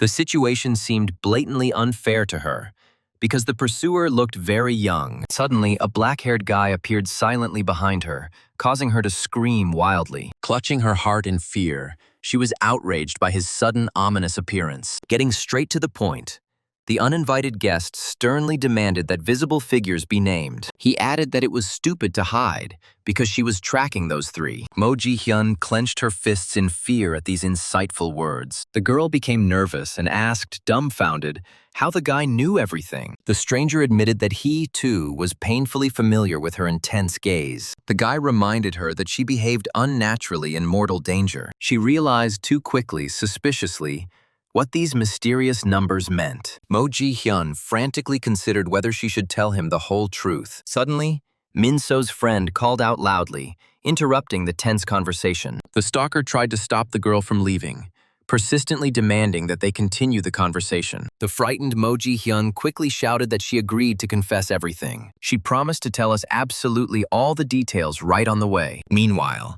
the two of them quickly walked through the buzzing crowd. The guy realized gloomily that they were really talking about life expectancy. Mo Ji-hyun walked obediently next to her gloomy companion. The girl hesitantly recalled that during the day the timer showed a little over 8 o'clock. She added doomedly that the entire unfortunate family would die that evening. Then, suddenly she mentioned an overheard conversation about a crazy stalker. The companion confidently stated that this pursuer was definitely a brutal killer. Mo Ji-hyun froze in fear, wondering where he got such confidence from. And then the guy pointed to the pursued stranger standing on the balcony. The girl in the beret stared at the screen in fear, realizing the terrible cause and effect relationship. A gloomy guy in a burgundy hoodie and mask silently watched her from above. Realizing the danger, she turned sharply and ran away down the corridor. But then the brunette intercepted her, rudely asking where she was going. The girl screamed in fear that she needed to urgently warn the others about the stalker. The black-haired guy just coldly listened to her panicked babble about calling the police. He interrupted her sternly and reminded her menacingly that he had already told her everything. The girl froze in shock, completely confused about his true motives. Meanwhile, below, a passerby accidentally ran into a man with a scream. Having scattered her things, the frightened poor thing began to frantically apologize to the stranger on her knees. The couple above stared in confusion at the sudden noise in the shopping center. Below, passersby watched in confusion as the commotion over the fallen items occurred. The injured girl assured the man who rushed to help that everything was fine. Suddenly, her gaze fell on the savior, and her eyes widened in horror. Her shrill scream echoed throughout the hall, causing the masked man to flinch. Meanwhile, the people above began to bustle about, trying to understand the reason for such terrible panic. She screamed in tears, pointing at the man and calling him that freak. The crowd immediately began to buzz, frightened and wondering how this lunatic had even gotten there. The girl in the beret watched in shock as the scandal erupted below. The brunette gloomily stated that now everyone around knew about the stalker's presence. The girl thought with fear that their lives would really be prolonged because of this scream. An incredible noise arose below, accompanied by a strange, ominous glow. The clock on the display case continued its inexorable and monotonous ticking, and then she realized with horror that the fatal numbers remained the same. The invisible silhouette took a step, confirming the inevitability of the coming finale. Fate can't be changed. That guy will kill them in exactly 7 hours. In the old sketch, the stalker looked exactly like a guy in a mask. Suddenly, the suspect in the hoodie screamed furiously, trying to defend himself against the accusations. Meanwhile, the mysterious killer continued his leisurely, confident walk. The timer stopped at 3:30, inexorably counting down the last hours. The brunette calmly noted that there was no need to rush and that he could calmly prepare. The girl in the beret stared at him in fear, not understanding his calmness. Suddenly, he ordered Moji Hung to secretly follow those people. He added that the stalkers should not notice her, causing her doubts. The girl asked, confused, how they would meet, since she didn't have a SIM card. The guy then ominously admitted that he had attached a hidden GPS tracker to her. Moji Hung, shocked, screamed in horror, not believing his impudence. His words gave her goosebumps, because he promised to let her go. But the brunette only ironically reproached her for trying to help everyone herself. The girl fell silent, confused, because no one had really asked her about this. The gloomy brunette irritably suggested that she either express her dissatisfaction now or act alone. Moji Hung clutched her head, still not understanding the need for murder. She logically assumed that the victim would only need to lock the door and call the police. The black-haired guy only remained mysteriously silent, lowering his head in deep thought. And then he cynically explained that the police only react to crimes that have already been committed. The girl froze in shock, realizing the cruel truth of his words. Meanwhile, the guy added that a sophisticated maniac always carefully plans his attack. In fact, the crazy stalker was already busy collecting dossiers on his future targets. The brunette bared his teeth angrily, realizing that a simple locked door certainly wouldn't stop the psycho. At the same moment, the maniac was frantically typing on the computer keys in the darkness. A detailed plan of a Type A apartment glowed dimly on the computer screen. Meanwhile, outside the window,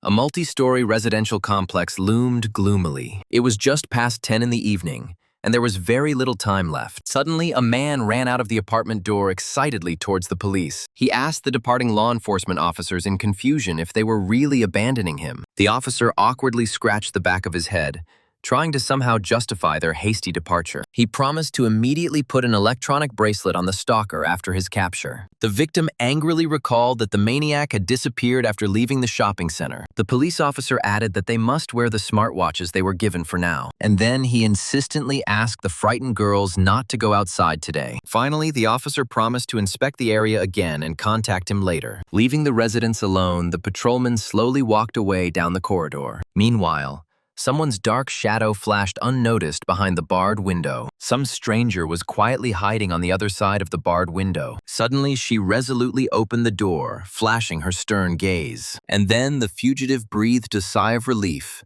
glad that no one had noticed her. The girl remembered about the renovation of an empty house that was put up for further rent. A friend's advice to personally check everything when in doubt came to mind. She decided gloomily that on the top floor it would be enough to control the front door. As a result, the heroine firmly decided to watch for the stalker right in this building. A stern and cold image of a mysterious stranger surfaced in her memory. The girl scratched her head in resignation, realizing the full gravity of her risky plan. The number warned of the imminent death of the residents if she did not intervene. And then the heroine was determined to make at least a minimal attempt at salvation. Suddenly, a suspicious silhouette in a hood began to walk heavily down the dark corridor. The girl, watching from behind cover, froze in fear when she noticed the uninvited guest. The clock showed 7 minutes to 10. And time was running out. Meanwhile, the stranger with a bag in his hands slowly continued on his way. And then, the heavy steps of the pursuer suddenly died away in the middle of the empty corridor. The girl realized with horror that the maniac had stopped right in front of the neighboring apartment. A roll of thick tape unrolled with a quiet crack in the pursuer's hands. The girl tried unsuccessfully to see from behind the bars what he was up to. Meanwhile, the stalker began methodically covering the victim's barred window with tape. With a deft movement of his hands, he firmly fixed the glass with adhesive tape. Suddenly, the attacker pulled a heavy pistol out of his pocket. A muffled shot rang out, and the sealed windows silently became covered with a web of cracks. The stalker quickly opened the damaged frame and entered the room unhindered. A moment later, the masked criminal calmly walked back out into the corridor. And then the shocked witness asked herself in bewilderment, "Is he really leaving?" It was already 6 minutes past 10, and the denouement was rapidly approaching. Suddenly, a strange and very suspicious hum echoed throughout the apartment. The girl at the entrance froze in fear, perplexed by the strange noise. Suddenly, she anxiously asked her father what it smelled like. The man fearfully assumed that there was a serious gas leak in the house. And then the father discovered the gas tap in the kitchen fully open. Meanwhile, the witness in the corridor carefully looked inside through the crack. She realized with horror the mortal danger of what was happening behind the door. The head of the family hastily ordered his frightened daughter to open the window for ventilation. Suddenly, thick clouds of smoke poured into the room through the broken glass. Turning around, the heroine saw with horror a cylinder connected to the window. The girl froze in fear when someone outside suddenly pulled the window frame. Suddenly, a creepy guy in a mask burst unceremoniously into the room. Meanwhile, the girl standing in the corridor turned around in fear at the strange noise. And then, in a panic, she tried to comprehend the nightmare that was happening. She grabbed a hose that came to hand and pulled it furiously towards herself. After that, she ran to the locked door and screamed desperately. The woman who burst inside was frozen with horror. And on the floor, a wounded guy was bleeding, barely holding back his groans. She screamed Min-so's name as loudly as she could when she noticed the killer standing nearby. The psychopath breathed heavily and ominously and hinted at their long-ago meeting. He angrily reminded her of her escape instead of begging for mercy. The maniac roughly grabbed the child by the hair, causing him to scream. In a rage, the psychopath screamed that he would kill absolutely everyone. Suddenly, the floor beneath their feet began to shake with a roar. The killer stopped abruptly, wondering what the hell was going on around him. The girl who remained outside froze in fear in the middle of the corridor from the roar. And then she felt the approach of a new, much more terrible threat. From the darkness in front of the high-rise building,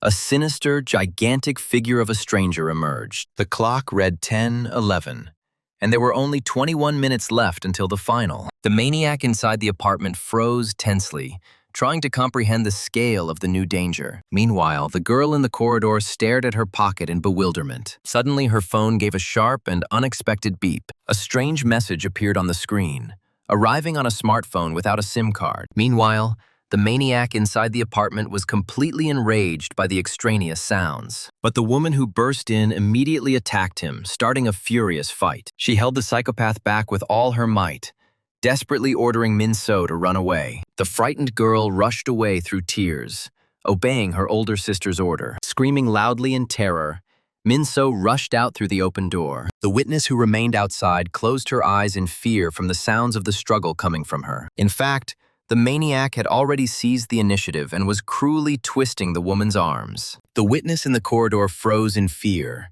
hearing the woman's piercing screams. The psychopath roughly slammed the unfortunate woman to the floor, breathing heavily from exhaustion. Suddenly, he grabbed the handle of his bloody knife tightly. The sadist screamed furiously, promising to finish off the creature for resisting to the end. Meanwhile, a witness burst into the apartment, sharply pressing the lever of the fire extinguisher. She coolly directed a powerful stream of foam straight into the killer's face. The psychopath closed his eyes in shock, coughing and completely not understanding what was happening. A white smoke screen instantly filled the entire room, disorienting the maniac. The girl anxiously asked the victim how she was feeling and told her to leave quickly. And then she turned around abruptly at the ominous rustling sound behind her. The wounded woman panicked as time began to tick away. The ominous dial showed only 12 minutes and 47 seconds remaining. The psychopath cursed angrily through the smoke, tightening his grip on the handle of his knife. The maniac contemptuously asked the stranger with the fire extinguisher if she was his neighbor. In response, the girl screamed furiously,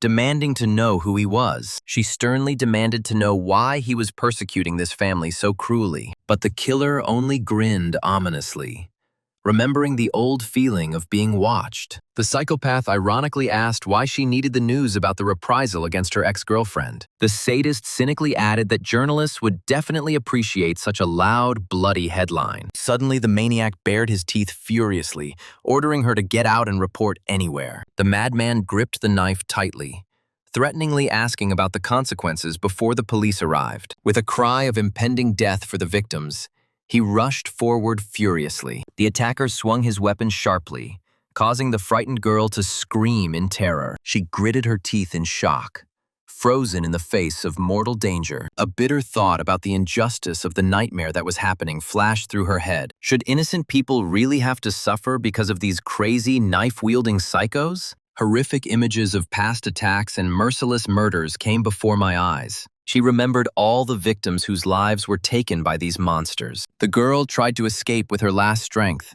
while the maniac furiously demanded that she stop. The pursuer finally lost his mind, howling shrilly from the anger that filled him. Suddenly, with a quiet click, the ceiling lamp instantly went out. The pursuer suddenly froze in the middle of the corridor, staring into the frightening darkness. The guy looked around in confusion, breathing heavily and intermittently, and then the motion sensors suddenly went off, causing the light to flash again. He moved slowly further, peering warily into the empty darkness. An ominous, dead silence reigned all around, enveloping the entire long corridor. Meanwhile, the guy turned around in fear, sensing someone's invisible presence. Another flash of light blinded him for a moment, cutting through the darkness. He froze in complete bewilderment, staring intently at the deserted space. The maniac became mentally nervous, trying to figure out if he had imagined strange sounds. The attacker plunged back into the semi-darkness, his head tilted forward ominously. Suddenly, a bright flash of light snatched the silhouette of a stranger from the darkness. The maniac's eyes widened in shock at the unexpected appearance of a formidable opponent. And then, a powerful, crushing blow instantly overtook the confused madman. The boy howled in rage as the unknown savior grabbed his arm harshly. The masked avenger mercilessly dealt the boy several swift, precise blows. Blood spattered across the walls before the shocked girl's eyes. The savior coldly suggested to the defeated enemy that he should respond when the intense pain subsided. The man loomed over him menacingly, asking about his last wish or testament. The beaten criminal only wheezed weakly in response, staring at the black glove. The embittered psychopath swung his knife sharply, furiously shouting insults at the stranger. Suddenly, the ceiling motion sensor went off and the light went out. The attacker stood frozen in the middle of the corridor, breathing heavily and intermittently, and then he looked around in fear, trying to spot his enemy. Meanwhile, the rescued girl backed away, watching what was happening in horror. The madman rushed at her furiously, shouting at her to stop. At that very moment, a dull thud was heard in the darkness of the corridor. The masked savior dealt the maniac a powerful, crushing kick. The victim screamed in fright and surprise, frozen in place from shock. The criminal fell to the floor with a crash, taking the fire extinguisher with him. The masked stranger came closer, calling the lying maniac unexpectedly stable. He coldly warned the psychopath not to make any moves to avoid unnecessary pain. The beaten boy spat out blood furiously, trying to figure out the identity of the formidable savior. And then the frightened girl froze in confusion, wondering where this avenger came from. Heavy footsteps were heard, echoing ominously throughout the empty corridor. Suddenly, the maniac howled with rage again, cursing the creatures that had appeared. The victim's eyes widened in horror, frozen by the fear that washed over her. A damaged wire sparked on the ceiling with a terrible crackling sound, frightening those present. The girl recalled her thoughts about running away and the need to throw away the phone. However, she did not do this.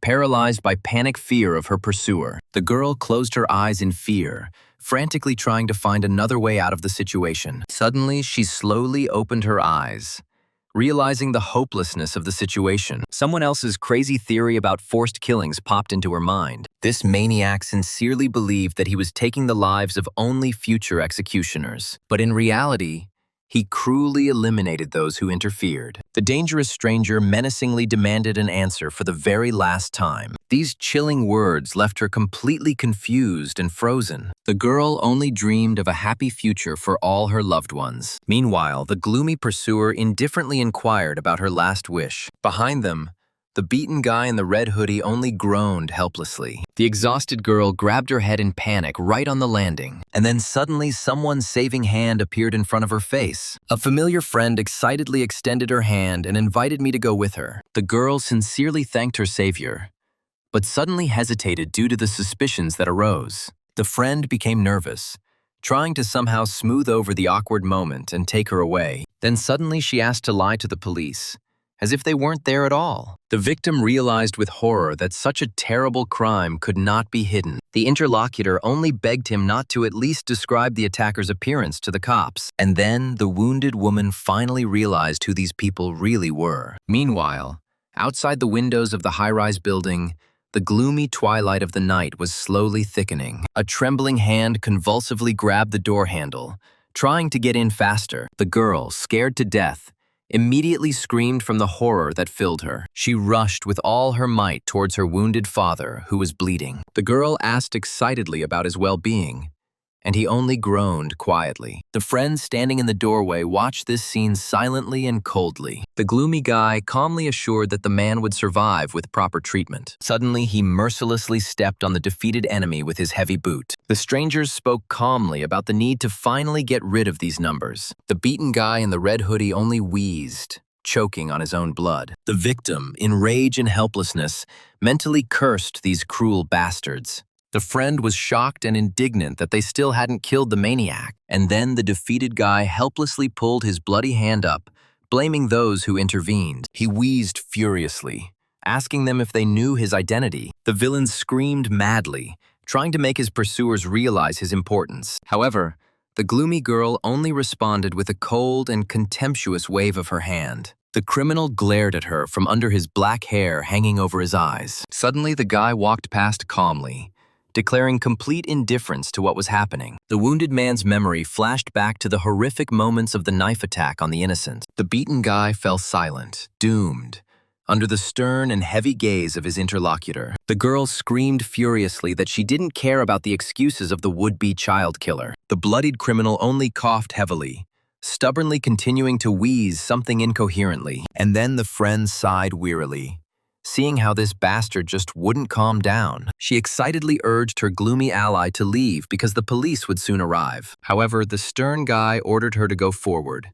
deciding to interrogate the defeated enemy. Meanwhile, he calmly took out his voice recorder, confident in the success of his idea. The confused girl froze in fear, trying to figure out his true intentions, when suddenly she asked about the hidden meaning of asking about the last wish. The interlocutor chuckled indifferently, since he had no intention of fulfilling someone else's whims. The angry guy rudely told her to get lost if she didn't want to listen. Finally, he dryly advised to climb up strictly via the emergency staircase. Her partner stunned her with his plan, causing the girl to instantly tense up with a bad feeling. He calmly suggested that they should get out not through the usual entrance, but along the roof. Her mouth dropped open in amazement at such a crazy idea. Suddenly, the street was cut through by the shrill, howling sound of an approaching siren. Two police cars simultaneously approached the building at full speed. Meanwhile, the fugitive was already running up the street iron stairs at full speed. She turned around in fear, expecting an immediate chase from the cops. Having overcome the last steps, the frightened girl finally found herself on a huge, empty roof. She obediently climbed up here, but still looked around in confusion. And then panic overcame her, because the empty roof seemed like the perfect trap. Suddenly, she heard a new, suspicious noise right below her feet. It turned out that two more police cars had blocked all the exits from the street. The girl was amazed at how quickly and efficiently these damn cops worked. Moreover, she was terribly angry at the stupidity and carelessness of her partner. She sincerely didn't understand why he wasted time on the recorder, and before his eyes there still stood the image of how he mercilessly dealt with the enemy. And then her gaze fell on a strange object near the ventilation pipe. A climbing rope along with special equipment was lying right on the floor. The girl was taken aback by the realization that they would really have to jump from this height. Meanwhile, someone's heavy steps were already confidently heard on the stairs. Suddenly, a black-haired partner came up from behind and calmly explained his actions. The guy reasonably explained that there were police and cameras watching them at the main gate. Meanwhile, the street surveillance camera slowly turned, scanning the empty perimeter. And then, the frightened fugitive finally realized the full scale of his crazy plan. She looked down at the treetops in shock, dreading the fatal leap. The girl screamed that he would survive, but now she had to figure out how to save herself. Meanwhile, the strong blue rope was already firmly tied to the railing. The guy suddenly put his hand forward, calling on his partner to just shut up. He calmly told her to hold on tight and instantly stepped into the abyss. His partner, screaming in horror, grabbed him with a death grip in mid-flight. The guy concentrated on controlling the descent, his cold gaze directed straight down. Suddenly, a smoking witness appeared on one of the balconies. Meanwhile, the fugitive mentally begged that they would have just a little time. The CCTV camera continued to hang lifelessly on the wall of this multi-story building. Suddenly, strange moths began to circle around her, attracted by the dim light. The guy instantly reacted to the danger, noticing some strange movement out of the corner of his eye, and then he suddenly pushed off with his feet from the concrete wall of the building. This maneuver caused his companion to completely close her eyes and scream hysterically. Now they were both sliding quickly along the rope past the endless windows. The girl continued to scream in horror, cursing this crazy jump. The fugitives flew past the gray walls of the residential complex at great speed. Suddenly, my partner abruptly braked with his feet, dampening the inertia of the crazy descent. The dangerous flight finally ended, leaving behind the frightened cries of the pale companion. Meanwhile, the police report recorded the exact date and evening time. The cops also detailed the exact address of this horrific crime scene. The patrol officers who arrived at the scene immediately began questioning the frightened witness. A little later, sergeants discovered the lifeless, bloody body of a man in the apartment. And then the cops noticed strange numbers tattooed on the murdered man's wrist. The nature of the brutal stabbings clearly indicated the work of a brazen serial killer. But in fact, the main suspect in this case turned out to be the mysterious number. A decent crowd of onlookers and police cars gathered in the parking lot of the residential complex. At that moment, a black sedan pulled up leisurely to the noisy place. A long-haired blonde man in a white suit slowly began to walk outside. His dark-haired partner also exited the car from the other side. The blonde lazily twirled some round metal thing in his hand. The guy sighed and, without much enthusiasm, asked about the essence of what was happening. The partner confirmed that the incident did indeed occur in this building. Then the dandy folded his fingers into a ring, aiming at the upper floors of the high-rise. He squinted silently, peering at his surroundings through the homemade sight. The guy carefully watched the surveillance camera hanging on the pole. Then his gaze smoothly moved to the staircase of the residential complex. A female colleague approached him and respectfully addressed him by his title of Sunbae. She reported receiving the camera footage and asked about his actions. The blonde man jokingly suggested that she check out a cloud that looked like dog excrement. The girl seriously criticized the cloud's shape and demanded that the file be taken away. His partner handed him the tablet, warning him that she had only saved the very last thing. The guy smiled smugly and lazily praised her for her excellent work. Along the way, His partner asked him with displeasure to finally get rid of the stupid yo-yo. Meanwhile, police were on full alert outside the open apartment, cordoning off the entrance with tape. Inside the building, forensic experts carefully collected evidence and photographed the broken window. The gloomy Detective Moon sighed heavily, tired of yet another investigation. The expert reported that the fire extinguisher powder completely destroyed all fingerprints. Moon covered his face with his hands in despair, because there were still no clues. And then, right on the threshold of the apartment, someone's confident voice was heard. The blonde man who arrived unceremoniously inquired about the current location of the injured family. Moon's partner hesitated in confusion at the insolence of the uninvited guests. Detective Kwan handed over the phone, ordering him to enter the address of the hospital where his father was hospitalized. Enraged by Moon's impudence, he sharply called out to the newly arrived, impudent Detective Kwan. Detective Moon sternly reprimanded Kwan for violating crime scene regulations. The forensic experts working in the room turned around in fear at the shouts of their boss. Detective Moon was angry that uninvited guests might trample important evidence. Kwan only smirked condescendingly, apologizing for disturbing their difficult work. The impudent fellow demonstratively stepped with his polished shoes right onto the dirty footprints. Kwan then arrogantly announced that he would return later after studying the video recordings. Kwan's partner bowed politely to her angry colleagues, wishing them luck. Moon's assistant scratched the back of his head in confusion, watching the strange couple go. The young partner tried to soften the situation by standing up for the detectives who had come from afar. Detective Moon was completely enraged by these words. A furious order to return to work followed Kwan and his partner as they left. On the way, the girl ironically asked why Kwan was so disliked. Kwan just smiled slyly, calling the angry boss Moon a tough nut to crack. At that moment, a recording from a street camera started on the tablet screen. Kwan's eyes flashed an ominous red light at the sight of an important detail. However, her partner sighed wearily, not noticing anything special in the video. Kwan insistently suggested that she take a closer look at one particular frame. The partner zoomed in on the image, her eyes widening in sudden shock. The black and white footage showed a mysterious hooded figure climbing the stairs. The girl excitedly noted that this view from behind reminded her of someone. Kwan added that the timing of the stranger's appearance coincided with the power outage. The guy pointedly emphasized that the moment this man left the house was missing. The man, with a sly grin, asked his companion to guess the reason for what was happening. The brunette immediately realized that in that case, only the roof of the building remained. The interlocutor agreed, examining the facade and considering the option of escaping through the lower windows. But blind spots in the surveillance camera map ruled out this route. Suddenly,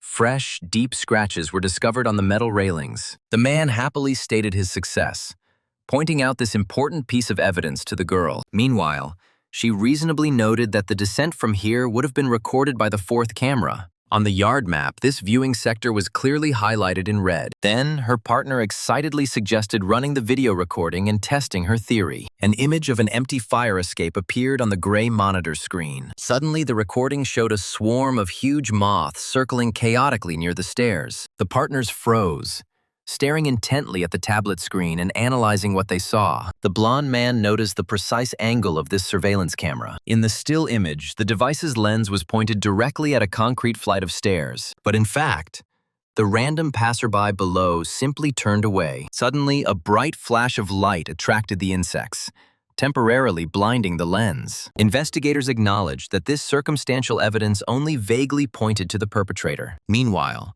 the mysterious guy in the hood had calculated his stealthy route perfectly. The man thoughtfully suggested that the fugitive seemed to have known the future scenario in advance. The girl turned around in surprise and quietly called out to her sunbae, who was lost in thought. The partner directly asked the sunbae if this reminded him of his own unique abilities. In response, the man only smiled mysteriously, flashing his left red eye. The action moved to a high-rise city hospital building, flooded with nightlight. An exhausted girl walks slowly along the gloomy corridor, rolling an IV behind her. An investigator's hand appeared from the ward, calling out to a patient passing by in a friendly manner. The man at the table politely greeted the confused and very tired girl. He gently asked his interlocutor not to worry before the usual short interrogation. However, the witness became nervous, staring at the floor in fear from the intense pressure that was building up. The investigator sympathetically inquired about her well-being, promising not to insist if she was in poor condition. The patient quietly assured that she was completely fine and feeling much better. Suddenly, there was a sharp click,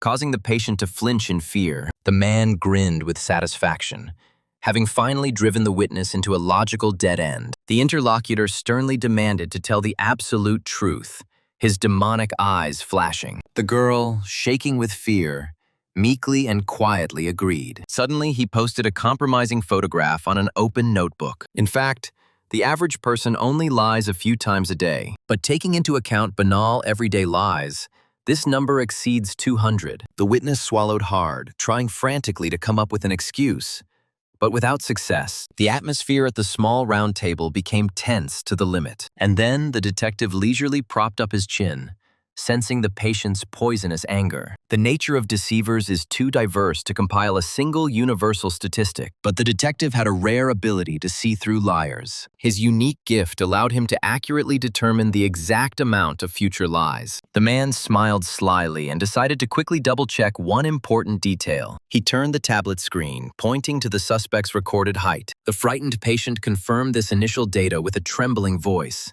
Meanwhile, she added that due to the darkness, she remembered practically nothing. The detective peered into her face, capturing the pure truth. He then clarified the exact time of this unexpected encounter with the stranger.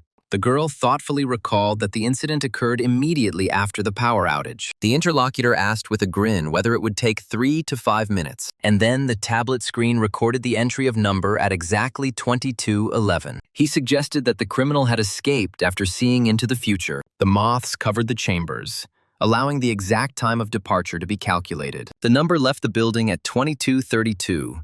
Spending 5 minutes with a stranger. The man behind the counter slyly inquired about Number's actions in the remaining 15 minutes. The girl became frightened and nervous, justifying her accidental presence in the corridor. She added that by the time she left, the boyfriend was no longer there. Suddenly, the detective closed his eyes, having sensed the true reason for the discrepancy. Meanwhile, he pointedly reminded her about the stalker's victim. The girl suddenly tensed up at the mention of the stalker, crossing her arms over her chest. And then she remembered the pursuer's preparations with a ladder and a spray can. The interlocutor clenched her fingers excitedly, asking about the connection between this and the case. The stalker apologized for his tactlessness, trying to unravel the logic behind the number's choice of victims. He asked Miss Shin Eun-so point-blank about this crime. The guy suggested that the frightened Shin Eun-so simply share her thoughts, but she flatly refused to answer, struggling with growing internal panic. Suddenly, her interlocutor fell silent,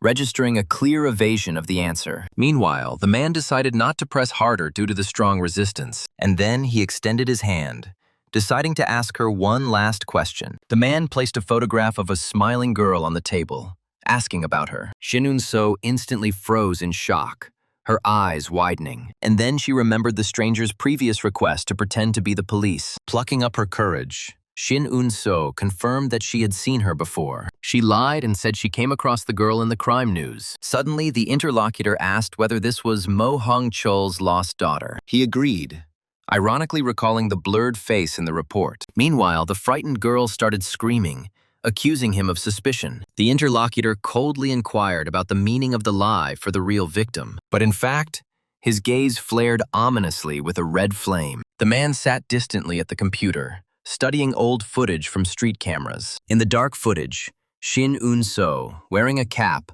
walked quickly past the stairs. And then a close-up of the smiling face of that very stranger appeared on the screen. He talked about the people saved by Number, who were literally on the brink of death. The detective suggested that the survivors might genuinely want to repay the favor. Shin Eun-so listened to his conclusions with a gloomy expression, trying her best to hide her excitement. Suddenly, he added that the debtors might simply be hiding something else. Meanwhile, the man covered his mouth with his hand, getting to the main point of the conversation. He asked whether she had seen that girl on the day of the incident. But in reality, the frightened Shin Eun-so only lowered her head in silence. The story shifted to the majestic and gloomy building of the Deyoung police station. At the meeting, the detective summed up the protracted discussion of the murder at the Sunlight Apartments. He stood behind the podium in front of a stand with photographs of blood-stained evidence. The officers at the table sighed wearily at yet another pointless chase. The commander reminded them of the Special Forces' reputation,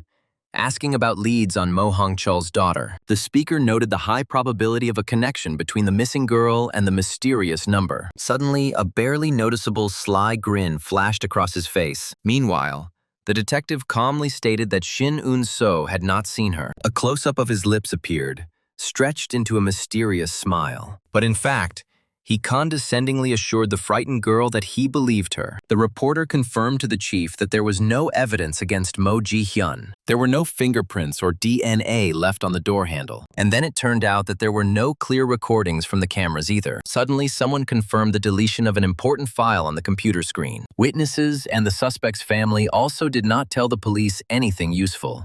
The investigator, with a sly grin, ordered the girl to speak in exactly the same way. At the briefing, he ordered his subordinates to continue pursuing Mo Ji-hyun. The black-haired partner stood silently nearby, immersed in her sad thoughts. Meanwhile, a dark sedan with its headlights on noisily pulled out of the parking lot.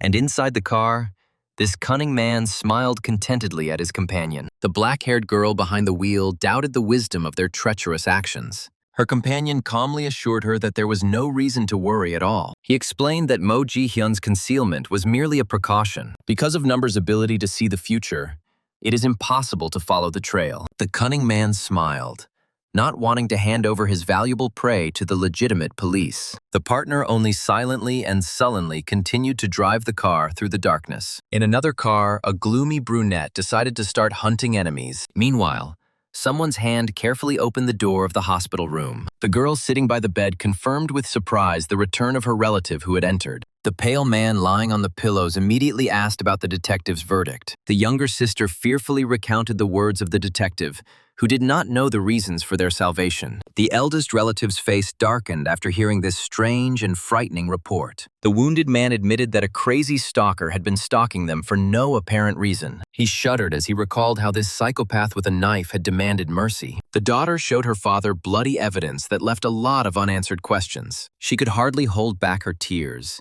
exhausted by thoughts of a foggy future. Suddenly, her sister hugged her tightly from behind, trying to calm her down. The girl tenderly hugged the poor thing, calling her survival the most important thing. The rescued girl burst into tears on the chest of her protector. And then the older sister smiled through her tears, asking to forget the whole nightmare. Turning her back to the bed, she quietly added that they had had enough. The wounded boy wheezed heavily, trying to catch his breath. He was kneeling in the middle of a destroyed classroom, littered with corpses. The hero's face was covered in blood, and wild horror was frozen in his eyes. In front of him on the desks lay the motionless bodies of Rudy and Hanul. Suddenly he screamed hysterically, demanding an answer as to why all this was being done. A long-haired girl with a pistol in her hand appeared from the white fog. She calmly stated that she was doing this for his own salvation. The guy was stunned with shock, unable to believe what he heard. Turning around, the crazy stranger, smiling, suggested that the guy simply kill her. And at that very moment, she coldly put the gun to his head. When he woke up,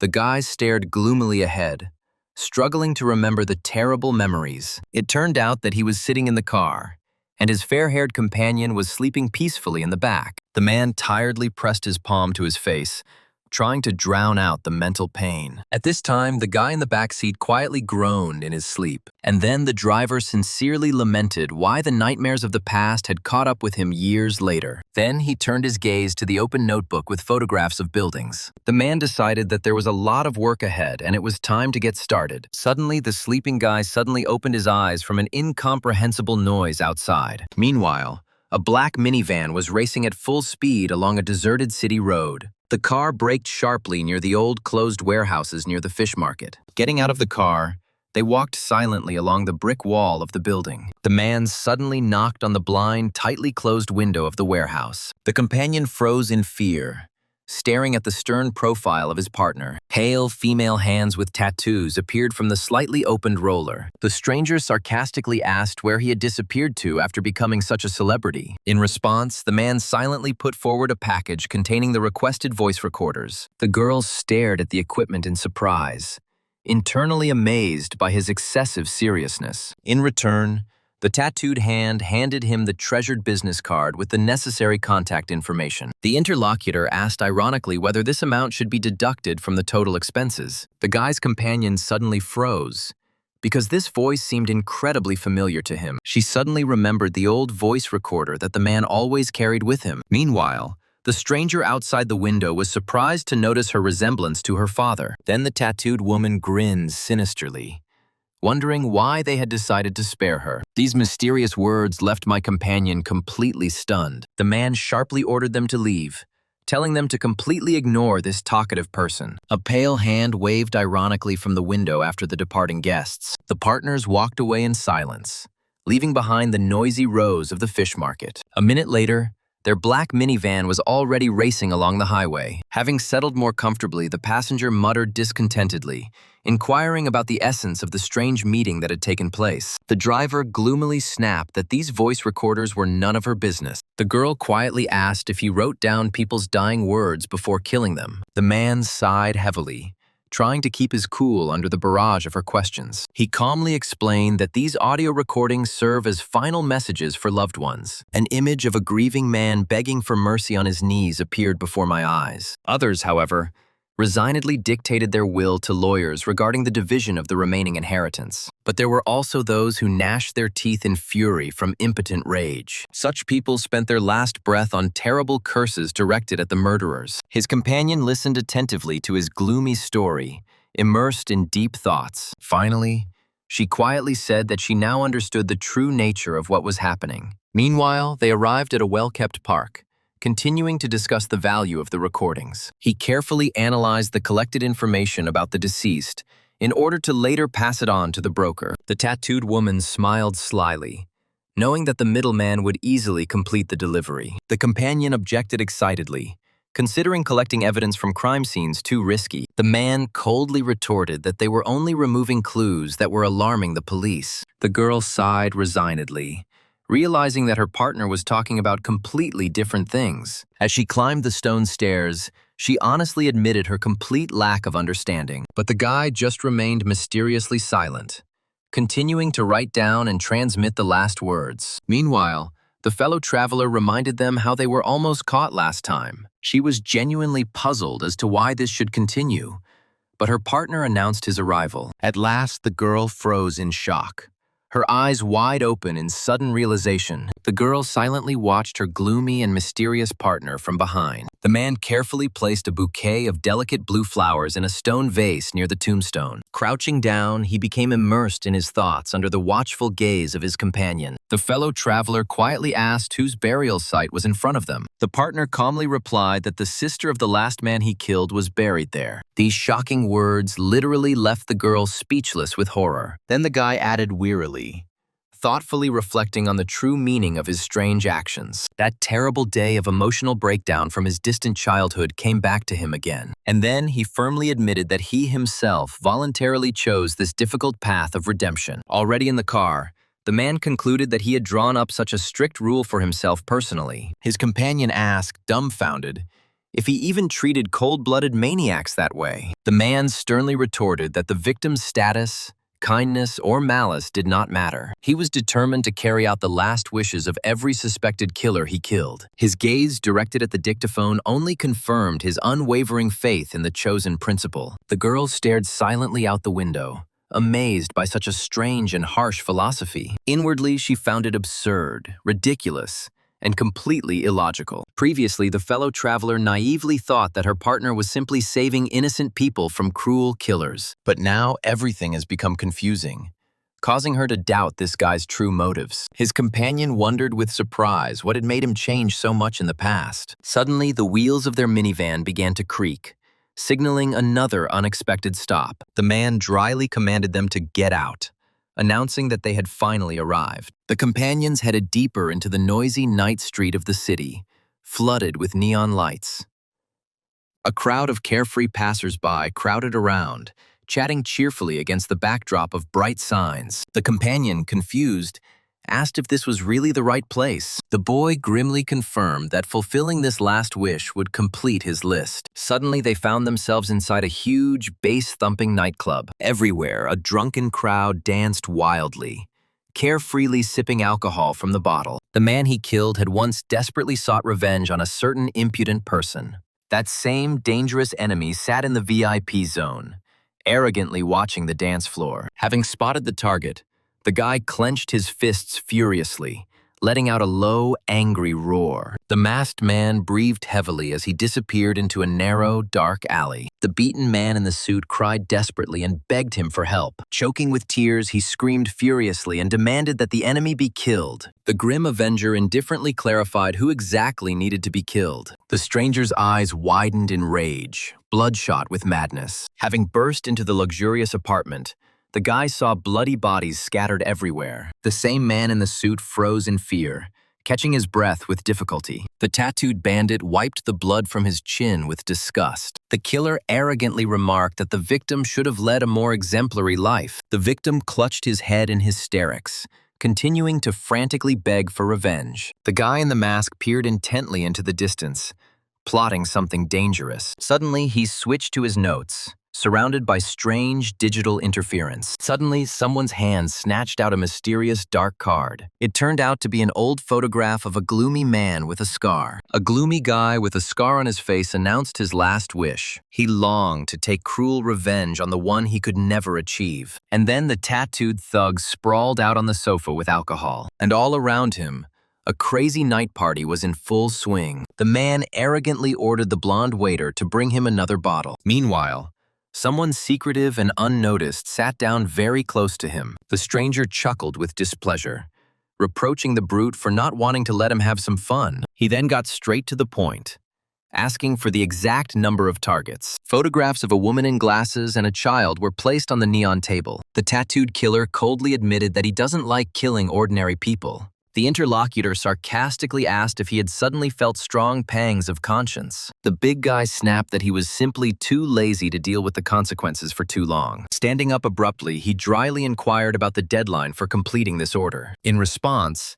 the mysterious client allocated 6 days for all the dirty work. The bandit walked away silently, promising to maintain contact on the phone himself. And on the street, a guy with a scar was watching them closely. The big guy left the club, and the guy continued to watch him from the roof. Suddenly, the killer called his people, ordering them to urgently find out the location of the targets. The companion fearfully asked the scarred man whether this huge man was really their target. And then the guy remembered the strange number 34 in the old photograph. The shocked girl asked in surprise if it was really possible to find out the number from this photograph. In fact, the photograph only shows its previous serial number. Meanwhile, the guy carefully examined the face of this ruthless hired killer. He confidently added that he would have ignored the dying request for the sake of the first numbers. Meanwhile, the tattooed thug continued his serious conversation on the phone. Suddenly, he froze and turned around, feeling someone else's intense gaze on him. And then,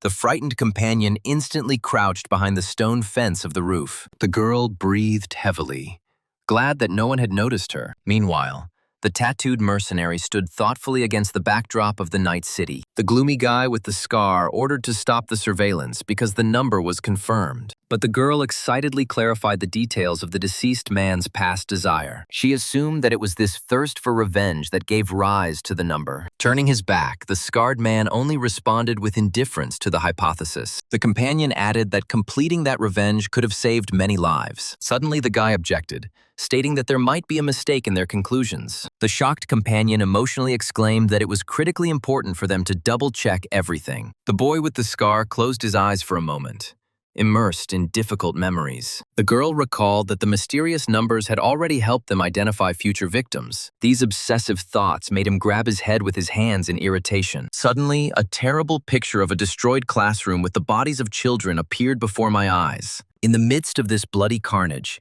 a white-haired woman appeared in front of the kneeling guy. The girl with white hair calmly declared that she was absolutely right. She added that all her personal goals were doomed from the start. The wounded young man, through tears, furiously accused her of blind self-confidence. The white-haired woman snapped that the final number of victims was of no importance at all. Beside himself with anger, the guy could not bear it and screamed hysterically. The guy continued to scream frantically, demanding immediate and honest answers from her. Turning around, he angrily asked if she was even capable of distinguishing people. The plot shifted to a crowd of faceless, identical children, symbolizing defenseless, innocent victims. And then the frightened companion in real time took a timid step back. The gloomy guy suddenly approached her, furiously continuing his heavy monologue. Suddenly, his eyes widened wildly, hanging over the shocked girl. The scarred boy let out a cry, reminding her of her human nature. The stunned companion froze under this barrage of wild accusations and rage. Suddenly, she asked in surprise why he was being so dramatic about everything. The boy with the scar stared at her in shock,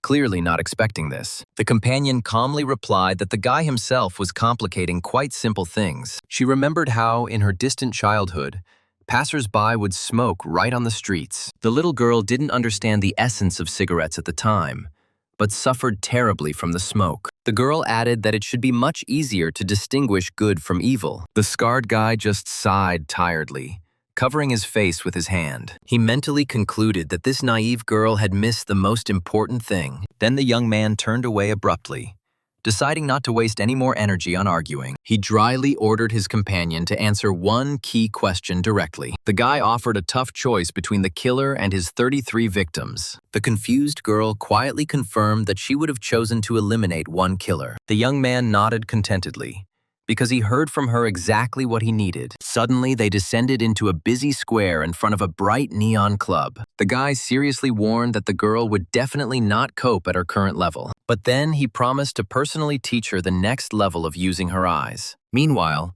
they moved to a dark back alley to a black van. The girl opened a digital map on her tablet with the exact location of the killer's house. The scarred man added that this dangerous mercenary usually hides in his secret office. He then persistently asked how much time this target had left to live. The companion excitedly recalled the strange glowing numbers 14 and 9 she had seen earlier. And then the guy gloomily deciphered this meaning as 14 years and 9 months. The guy rightly noted that a killer physically wouldn't have time to kill so many people. Then he pointed with a huge, ghostly hand to their main strategic objectives. The girl must discreetly capture the faces of all members of this dangerous gang. Hearing about such a risky mission, the companion pointed her finger at herself in fear. The scarred youth firmly promised to teach her a new secret method. This advanced eye level will open the way for her to see a better future. Suddenly, they moved inside an abandoned hangar, sitting opposite each other. 2 black combat pistols lay on the wooden box in front of them. The shocked girl stared at this deadly weapon with a quiet groan. Meanwhile,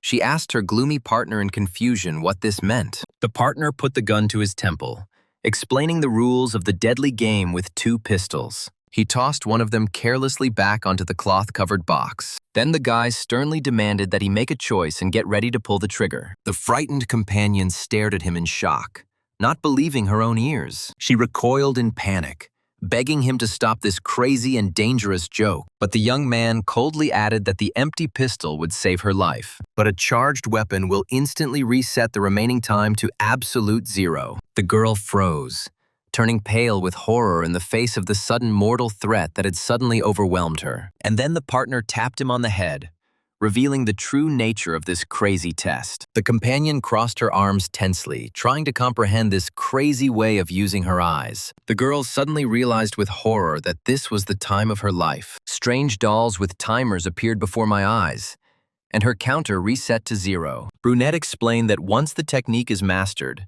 watching will become much easier. She thought hard, suddenly remembering a very important past moment. Then it suddenly dawned on her that she had seen her own time. The guy sharply poked his finger right into her forehead, interrupting her thoughts. He ordered to immediately concentrate and present the figures right there. The girl obediently closed her eyes, trying with all her might to catch the necessary mental images. And then her eyes suddenly flew open from a powerful flash of energy. The shocked heroine screamed in fear, not believing her own eyes. The girl joyfully shouted that she could see numbers floating in the air again. The grim mentor dryly ordered her not to relax and make the next choice. On the wooden box in front of her lay 2 absolutely identical black pistols. And then her left eye flashed brightly with a mysterious golden light. Suddenly, the guy sharply put the cold barrel of a gun right to her head. He calmly asked if she had really chosen the left pistol. The man told me to warn him immediately if the treasured numbers started to rapidly decrease. The frightened heroine screamed in panic that the indicators had indeed started to go down. Breathing heavily from the shock she had experienced,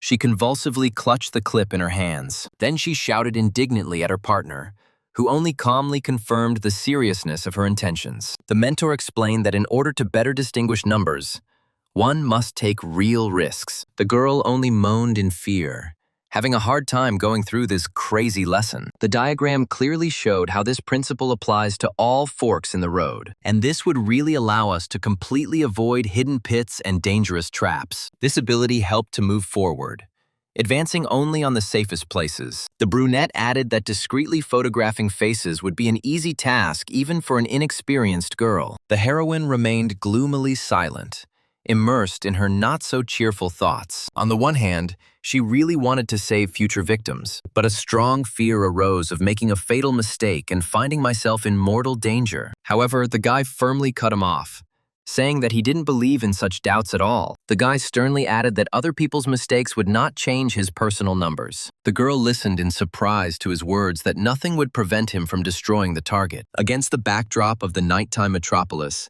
he arrogantly advised us to stop worrying about all sorts of nonsense. Meanwhile, on the busy neon street, a vibrant nightlife was in full swing. A stern man with a scar and a tattoo on his neck suddenly stood out from the crowd. The huge brute confidently strode forward, looking at passers-by with his chilling gaze. At that moment, the man he was pursuing disappeared into the dark city alleys, and then the heroine's partner's right eye began to blaze furiously again. He remembered the mysterious guy in the hood, who cleverly avoided unfavorable choices for himself. Images of shackles and numbers decreasing by 1 flickered ominously on the screen. The reduction in numbers means that it is impossible to save people through necessary killing. A brunette in a black coat walked silently through the dense evening crowd. Passers-by hurried past indifferently, completely oblivious to the hidden danger. And then he turned sharply into a deserted, ominous city dead end. Meanwhile, someone's leisurely, heavy steps were heard in the gloomy alley. An empty soda can suddenly fell from above with a crash. The pursuer reacted instantly, turning sharply towards the suspicious noise. An ordinary gray cat sat on a rusty roof and meowed loudly. Suddenly, the guy's eyes widened in fear from the sudden realization of a trap. From the darkness, a tattooed thug's powerful fist flew out like lightning straight at his jaw. The attacked guy barely managed to block the enemy's furious attack with his hand. The gloved bandit immediately tried to snatch the hidden bladed weapon. He grinned bloodthirstily, delivering a swift, chopping blow with a sharp knife. The brute was genuinely surprised that the man he was pursuing had managed to dodge so easily. It turns out he had been expecting some small fry to be on his tail for a long time. The tattooed big guy sarcastically asked who the hell his opponent was. The pursuer only sighed heavily, gripping the curved combat karambit tighter. And then the front door of the office swung open with a deafening roar. The employees inside stared in fear at the uninvited and dangerous guests. The scarred bandit grimly confirmed to his partners that this was the very place. The tattooed giant muttered discontentedly that it was a bit cramped in here, and ordered that the witnesses be removed. The room was instantly filled with shrill cries of pain and the sounds of brutal blows. The attacker moved forward in cold blood while his men mercilessly eliminated the managers. With a malicious grin, the thug began to personally cut up everyone who came to hand with a knife. In the midst of the bloody carnage, he furiously shouted out the description of the boy with white hair. He then called out loudly to Junebum, demanding that he immediately report the target's location. Looking around the hall strewn with bodies, the scarred bandit triumphantly stated that he had finally found the one he needed. The victim, wearing a Hawaiian shirt, stared in horror as the blade approached his throat. The man began coughing blood, fighting for his life with all his might. The poor guy wheezed in fear, wondering who they were and why they were doing this. Suddenly, a merciless blade plunged straight into the unfortunate man's open mouth. The poor fellow clutched the table convulsively,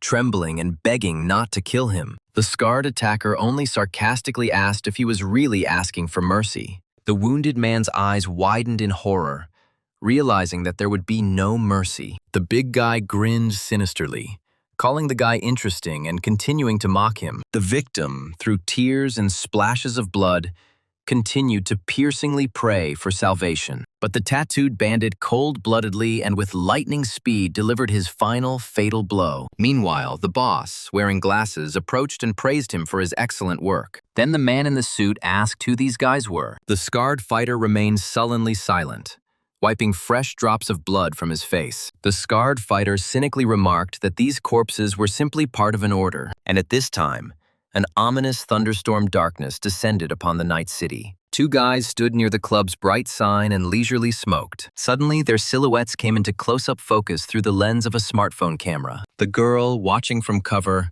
breathed a sigh of relief, having already counted 7 targets. She thought wryly that this surveillance was reminiscent of collecting Pokémon. The heroine understood perfectly well that sooner or later the objects would still go home. Meanwhile, she had been acting alone on the stairs all day. Greedily chewing the bun, the girl frantically tried to remember her mentor's words about risk. And then the stern face of a brunette suddenly appeared before her mind's eye. The scarred, brutish attacker landed a powerful, crushing right hook on his opponent. But the brunette instantly regrouped and responded with a lightning-fast, stinging counterattack. In a fierce hand-to-hand fight, the curved blades of the boys crossed with a whistling sound. With a lightning-fast and daring kick, the fighter made the tattooed giant stagger. The huge brute admitted through gritted teeth that this guy was a real professional. But in reality, the wounded guy only grabbed his karambits more furiously. Footage of fencing matches between fencers in white protective gear flashed on the screen. Meanwhile,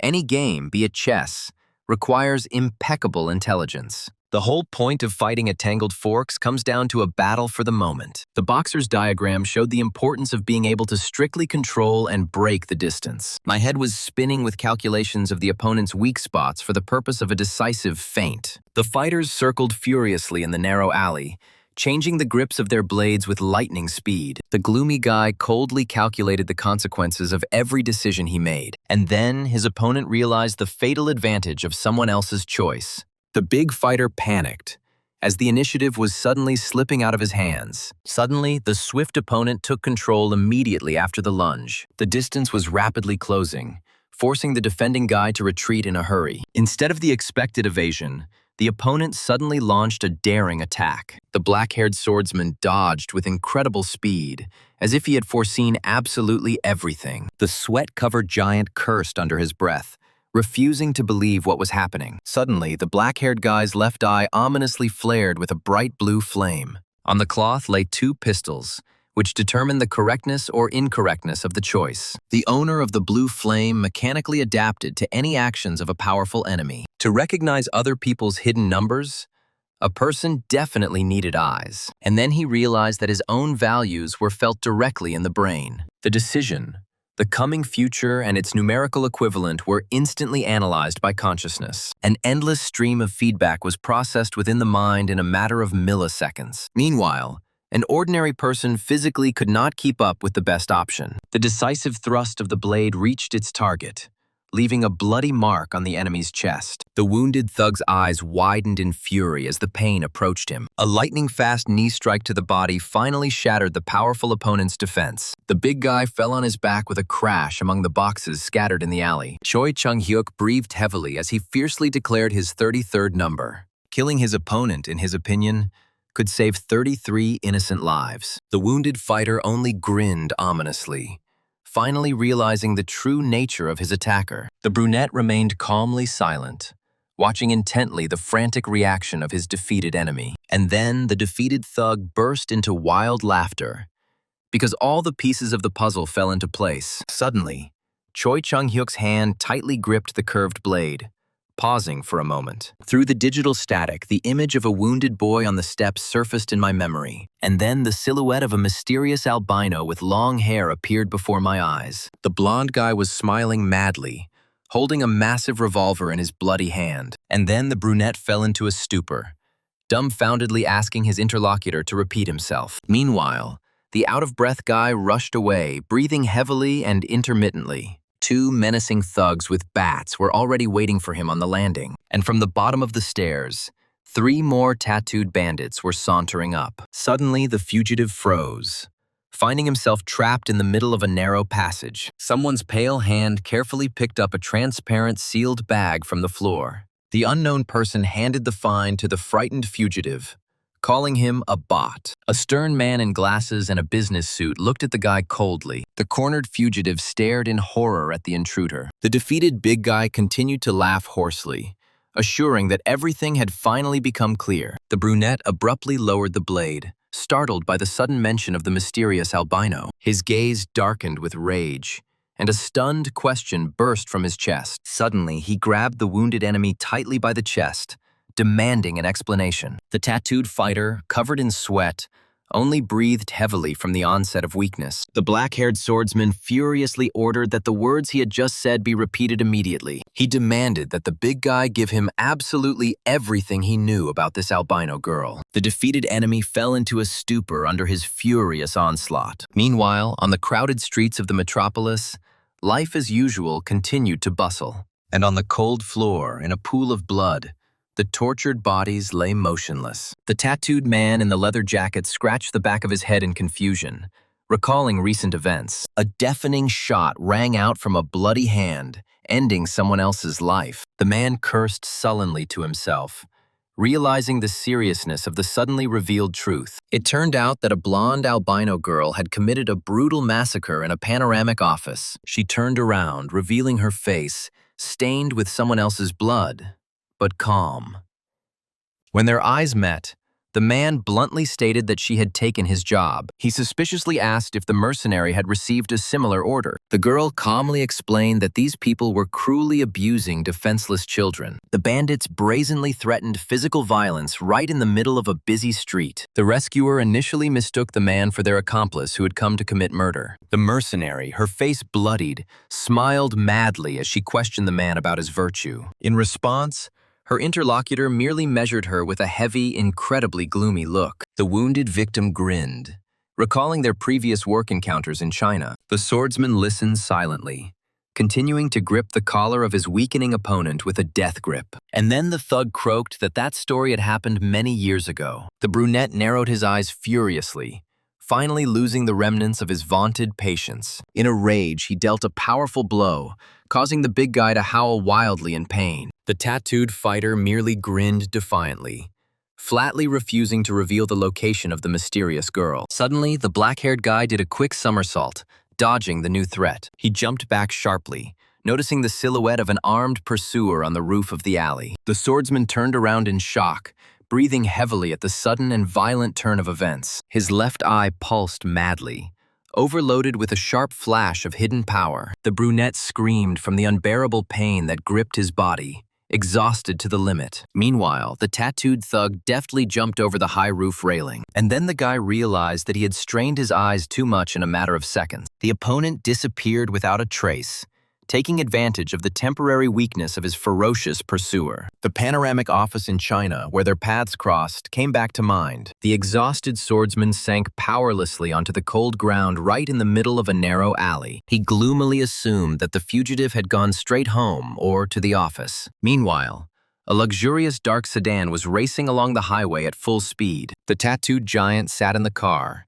buttoning his shirt over his bandages. The driver worriedly asked who dared to treat the boss so cruelly. The injured bandit grumbled a short and pithy word in response. Suddenly, his mobile phone rang, breaking the silence with a loud vibration. The big man quickly accepted the challenge from his subordinate named Junbum. The bespectacled assistant excitedly reported the capture of a long-standing, suspicious rat. At first, the man was very confused by the capture of an ordinary young girl. However, the captive turned out to be the same daughter of Chol who disappeared along with Nomer. The boss's eyes widened in shock at such unexpected and stunning news. And then he grinned predatorily and ominously, anticipating the upcoming interesting game. The bespectacled assistant quickly ordered all the fighters to be brought into position. Meanwhile, the swordsman furiously gnashed his teeth, trying to cope with the wild pain. The guy leaned heavily against the wall, catching his breath after the grueling fight. And then he firmly decided that he would no longer allow the enemy to escape. And the tattooed boss on the other end of the line predatorily ordered an ambush. Sunlight flooded the endless high-rises of the metropolis, frozen in anticipation. The black-haired swordsman silently opened the heavy door, entering the gloomy building. He began to carefully descend the dark flights of empty stairs. The guy peered carefully into the room, trying not to reveal his presence. In the depths of the basement, he saw bound hostages guarded by those same bandits. The brunette in the brown shirt sarcastically greeted his rival who had finally arrived. And then Moji Hyun tensed up, noticing the obvious threat. The captive girl looked ahead with fear, awaiting the outcome of this meeting. The scarred enemies cynically suggested that the girl was truly special to the hero. The bandit offered a deal, promising to release the hostage in exchange for complete peace of mind. Suddenly, A sharp knife blade was coldly pressed to the throat of the frightened captive. Mo Ji-hyun remained sullenly silent, frantically weighing all the risks. But in fact, the guy firmly refused, offering to do whatever the enemies wanted. Hearing that her savior didn't care about her,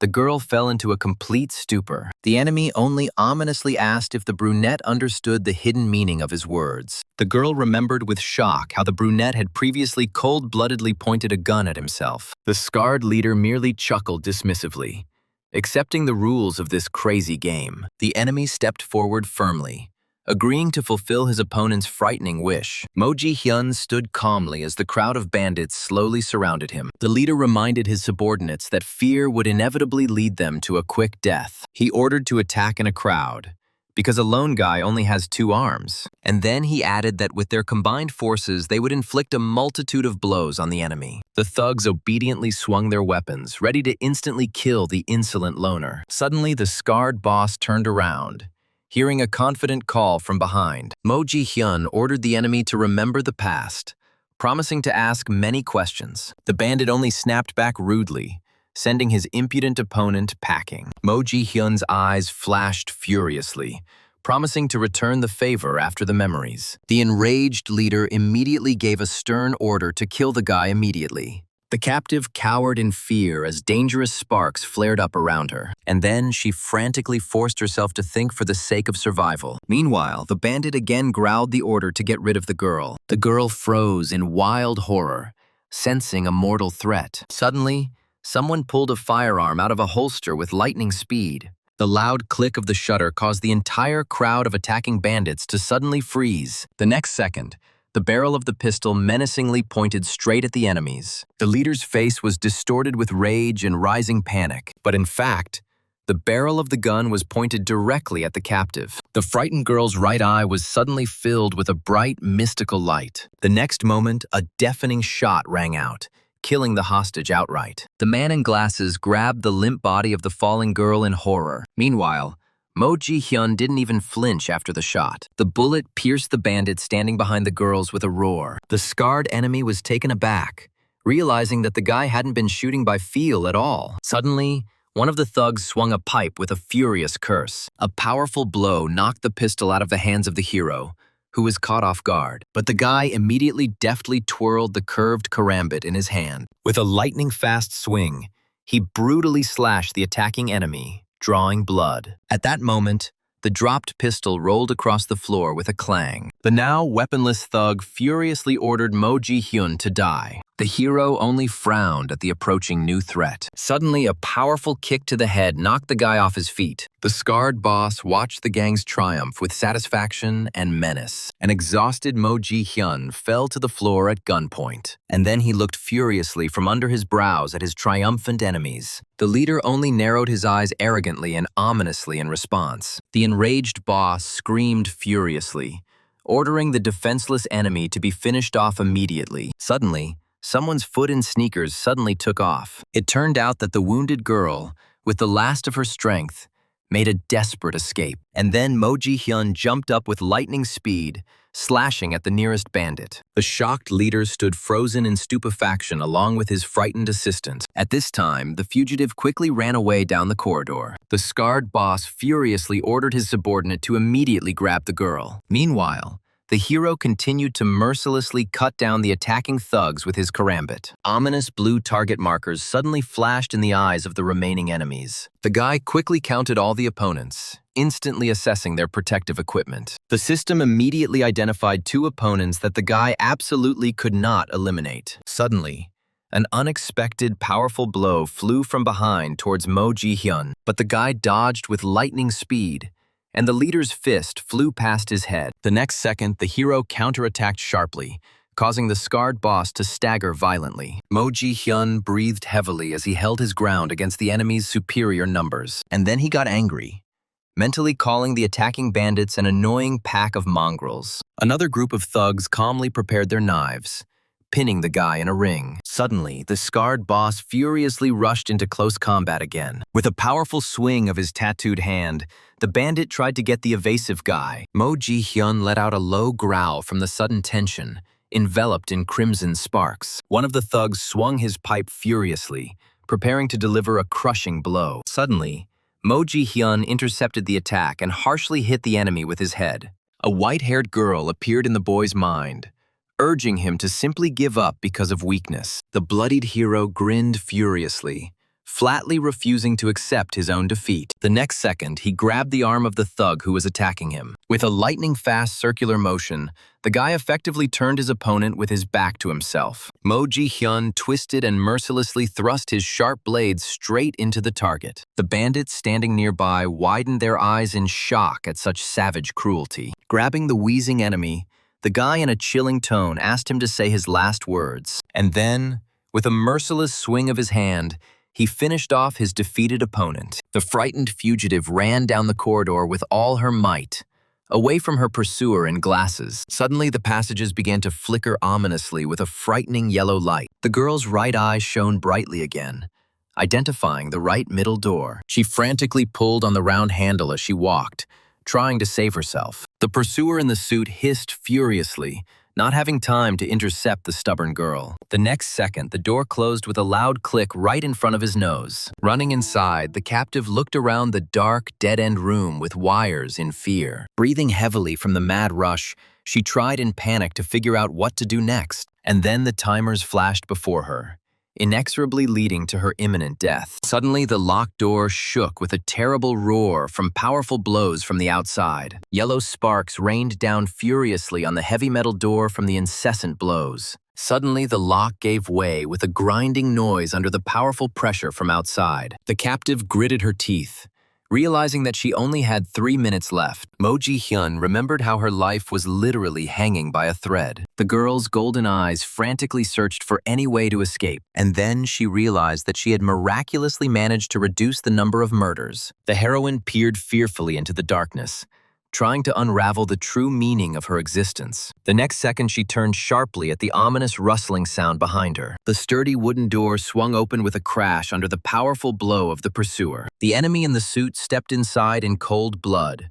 trapping the frightened girl in a dead end. The bespectacled man scratched the back of his head in cold blood, declaring that they would not allow her to survive. He suddenly added that this was the result of following the sick bastard, and then he grinned nastily, reminding her whose daughter she was. The girl clenched her teeth in rage at these mocking words. Suddenly, she pulled the fire hose valve towards herself. The powerful blast of icy water knocked the arrogance off the enemy's face. He just choked in shock, not even having time to react to the attack. Meanwhile, the brave heroine struggled to hold back the raging fire hose. She shouted back furiously at the bastard to stop making fun of her. It turns out that they were the ones who dragged her head over heels into all this dirt. The stream of water hit the attacker right in the face, blinding him. But the man quickly noticed exactly where this powerful stream was directed. He realized in a panic that the electrical panel behind him was completely open. Meanwhile, the brave heroine grinned madly,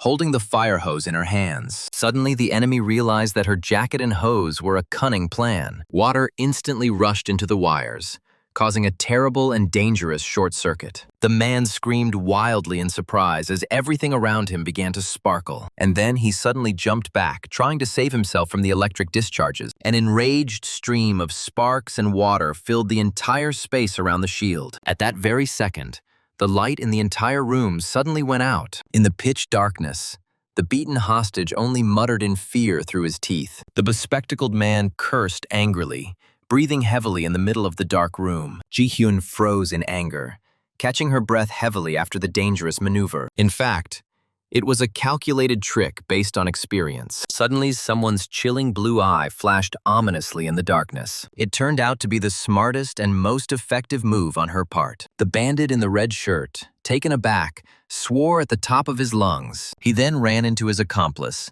furiously demanding that he give him a flashlight immediately. Scarface shouted at the others to quickly turn on the flashlights on their smartphones. But at that very second, his partner silently choked on his own blood. In the pitch darkness, the beaten hostage only muttered in fear through his teeth. The bespectacled man cursed angrily, breathing heavily in the middle of the dark room. Ji-hyun froze in anger, catching her breath heavily after the dangerous maneuver. In fact, It was a calculated trick based on experience. Suddenly, someone's chilling blue eye flashed ominously in the darkness. It turned out to be the smartest and most effective move on her part. The bandit in the red shirt, taken aback, swore at the top of his lungs. He then ran into his accomplice, furiously demanding that he give him a flashlight immediately. Scarface shouted at the others to quickly turn on the flashlights on their smartphones. But at that very second, his partner silently choked on his own blood. The armed bandits screamed in panic, realizing that someone was cutting their accomplices. In the pitch darkness, they screamed in fear as the lamps suddenly broke. Suddenly,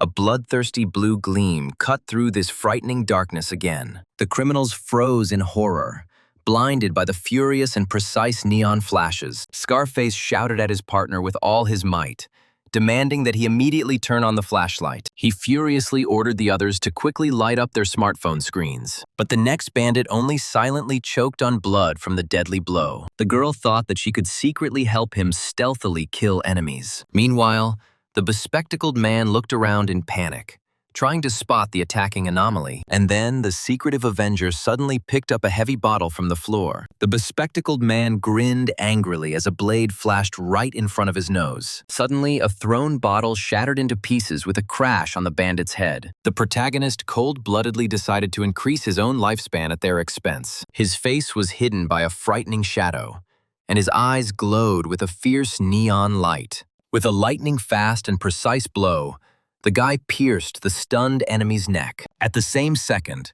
the rest of the attackers began to fall one after another. The bald brute tried to swing the bat, but the blue whirlwind had already caught up with him. The guy mercilessly slashed at his opponents with a knife, moving at the limits of human capabilities. The attacker in the red shirt screamed hysterically from multiple and fatal stab wounds. A powerful and final neon flash brought this quick massacre to a bloody close. The wounded, scar-faced bandit clenched his teeth in fury from impotent rage. Suddenly, a blue, ghostly blade firmly fixed his neck. The brunette gloomily recalled the fateful day of December 1st, 2026. Ji-hyun listened in shock as he said her real name and the number 33. Blood dripped continuously onto the floor as the boy held his enemy's throat tightly. He harshly suggested to the leader that he complete his personal revenge with his own death. The avenger then condescendingly promised to fulfill any last dying wish of the bandit. The scarred-faced man, breathing with difficulty,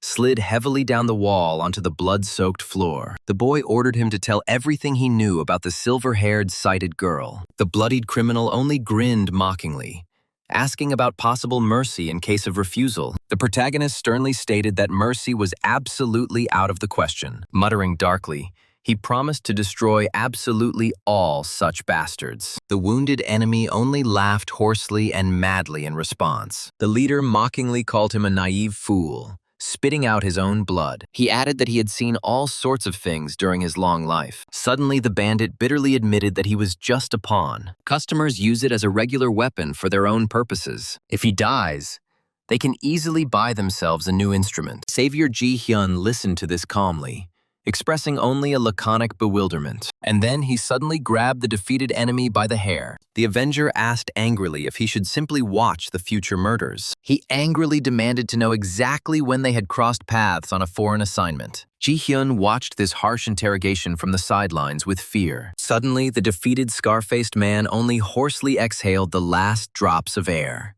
As he lay dying, the criminal quietly added that the sighted girl was right here in Korea. The guy froze in shock from such unexpected and important information. At that very second, he electrified his combat kunai to the limit. The merciless brunette swung with lightning speed to finish off this bastard. A sharp, ghostly blade whistled through the air, finishing what had been started. And then the guy mercilessly delivered the final blow to the leader's neck. The dying bandit croaked out one last time that his executioner was an absolutely crazy psychopath. The wounded guy silently looked at his hand, which was shaking from the wild strain. Suddenly, through the veil of blood, he heard the enemy's last mocking prophecy. The cold-blooded avenger pulled out a bloody kunai, its blade flashing ominously. With a quiet clang, the weapon fell from the guy's hands onto the blood-soaked floor. The surviving hostages only groaned in fear in the midst of this terrible massacre. The guy sighed heavily and tiredly,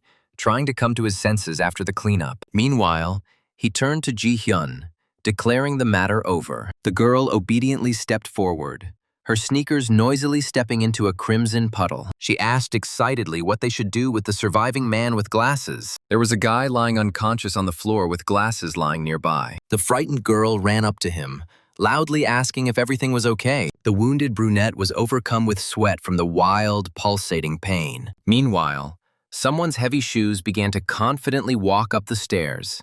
The brunette convulsively grabbed the railing, remembering her past actions. Turning around, she excitedly told the guy that she had managed to notice something, but the bloodied fighter was barely able to maintain his balance with his last strength. It turned out that the poor guy's tired brain had finally reached its limit. The unfortunate man's mind was reeling from the shock, plunging him into deep unconsciousness. With a loud splash, the boy's consciousness finally fell into the dark abyss, slowly sinking into the sea of memories. The guy sank deeper and deeper. His fading consciousness stubbornly clung to fragments of the distant past. And then a source burned to the ground appeared before him. Hands leafed through an old comic book, returning to the day of that meeting. Suddenly, an unfamiliar, surprised girl looked into the room. She enthusiastically admitted that she had never seen him here before. Then the curious guest immediately asked what his name was. But in reality, no one behind the fence of this shelter knew the answer. The teenager only quietly replied that he didn't have a name yet.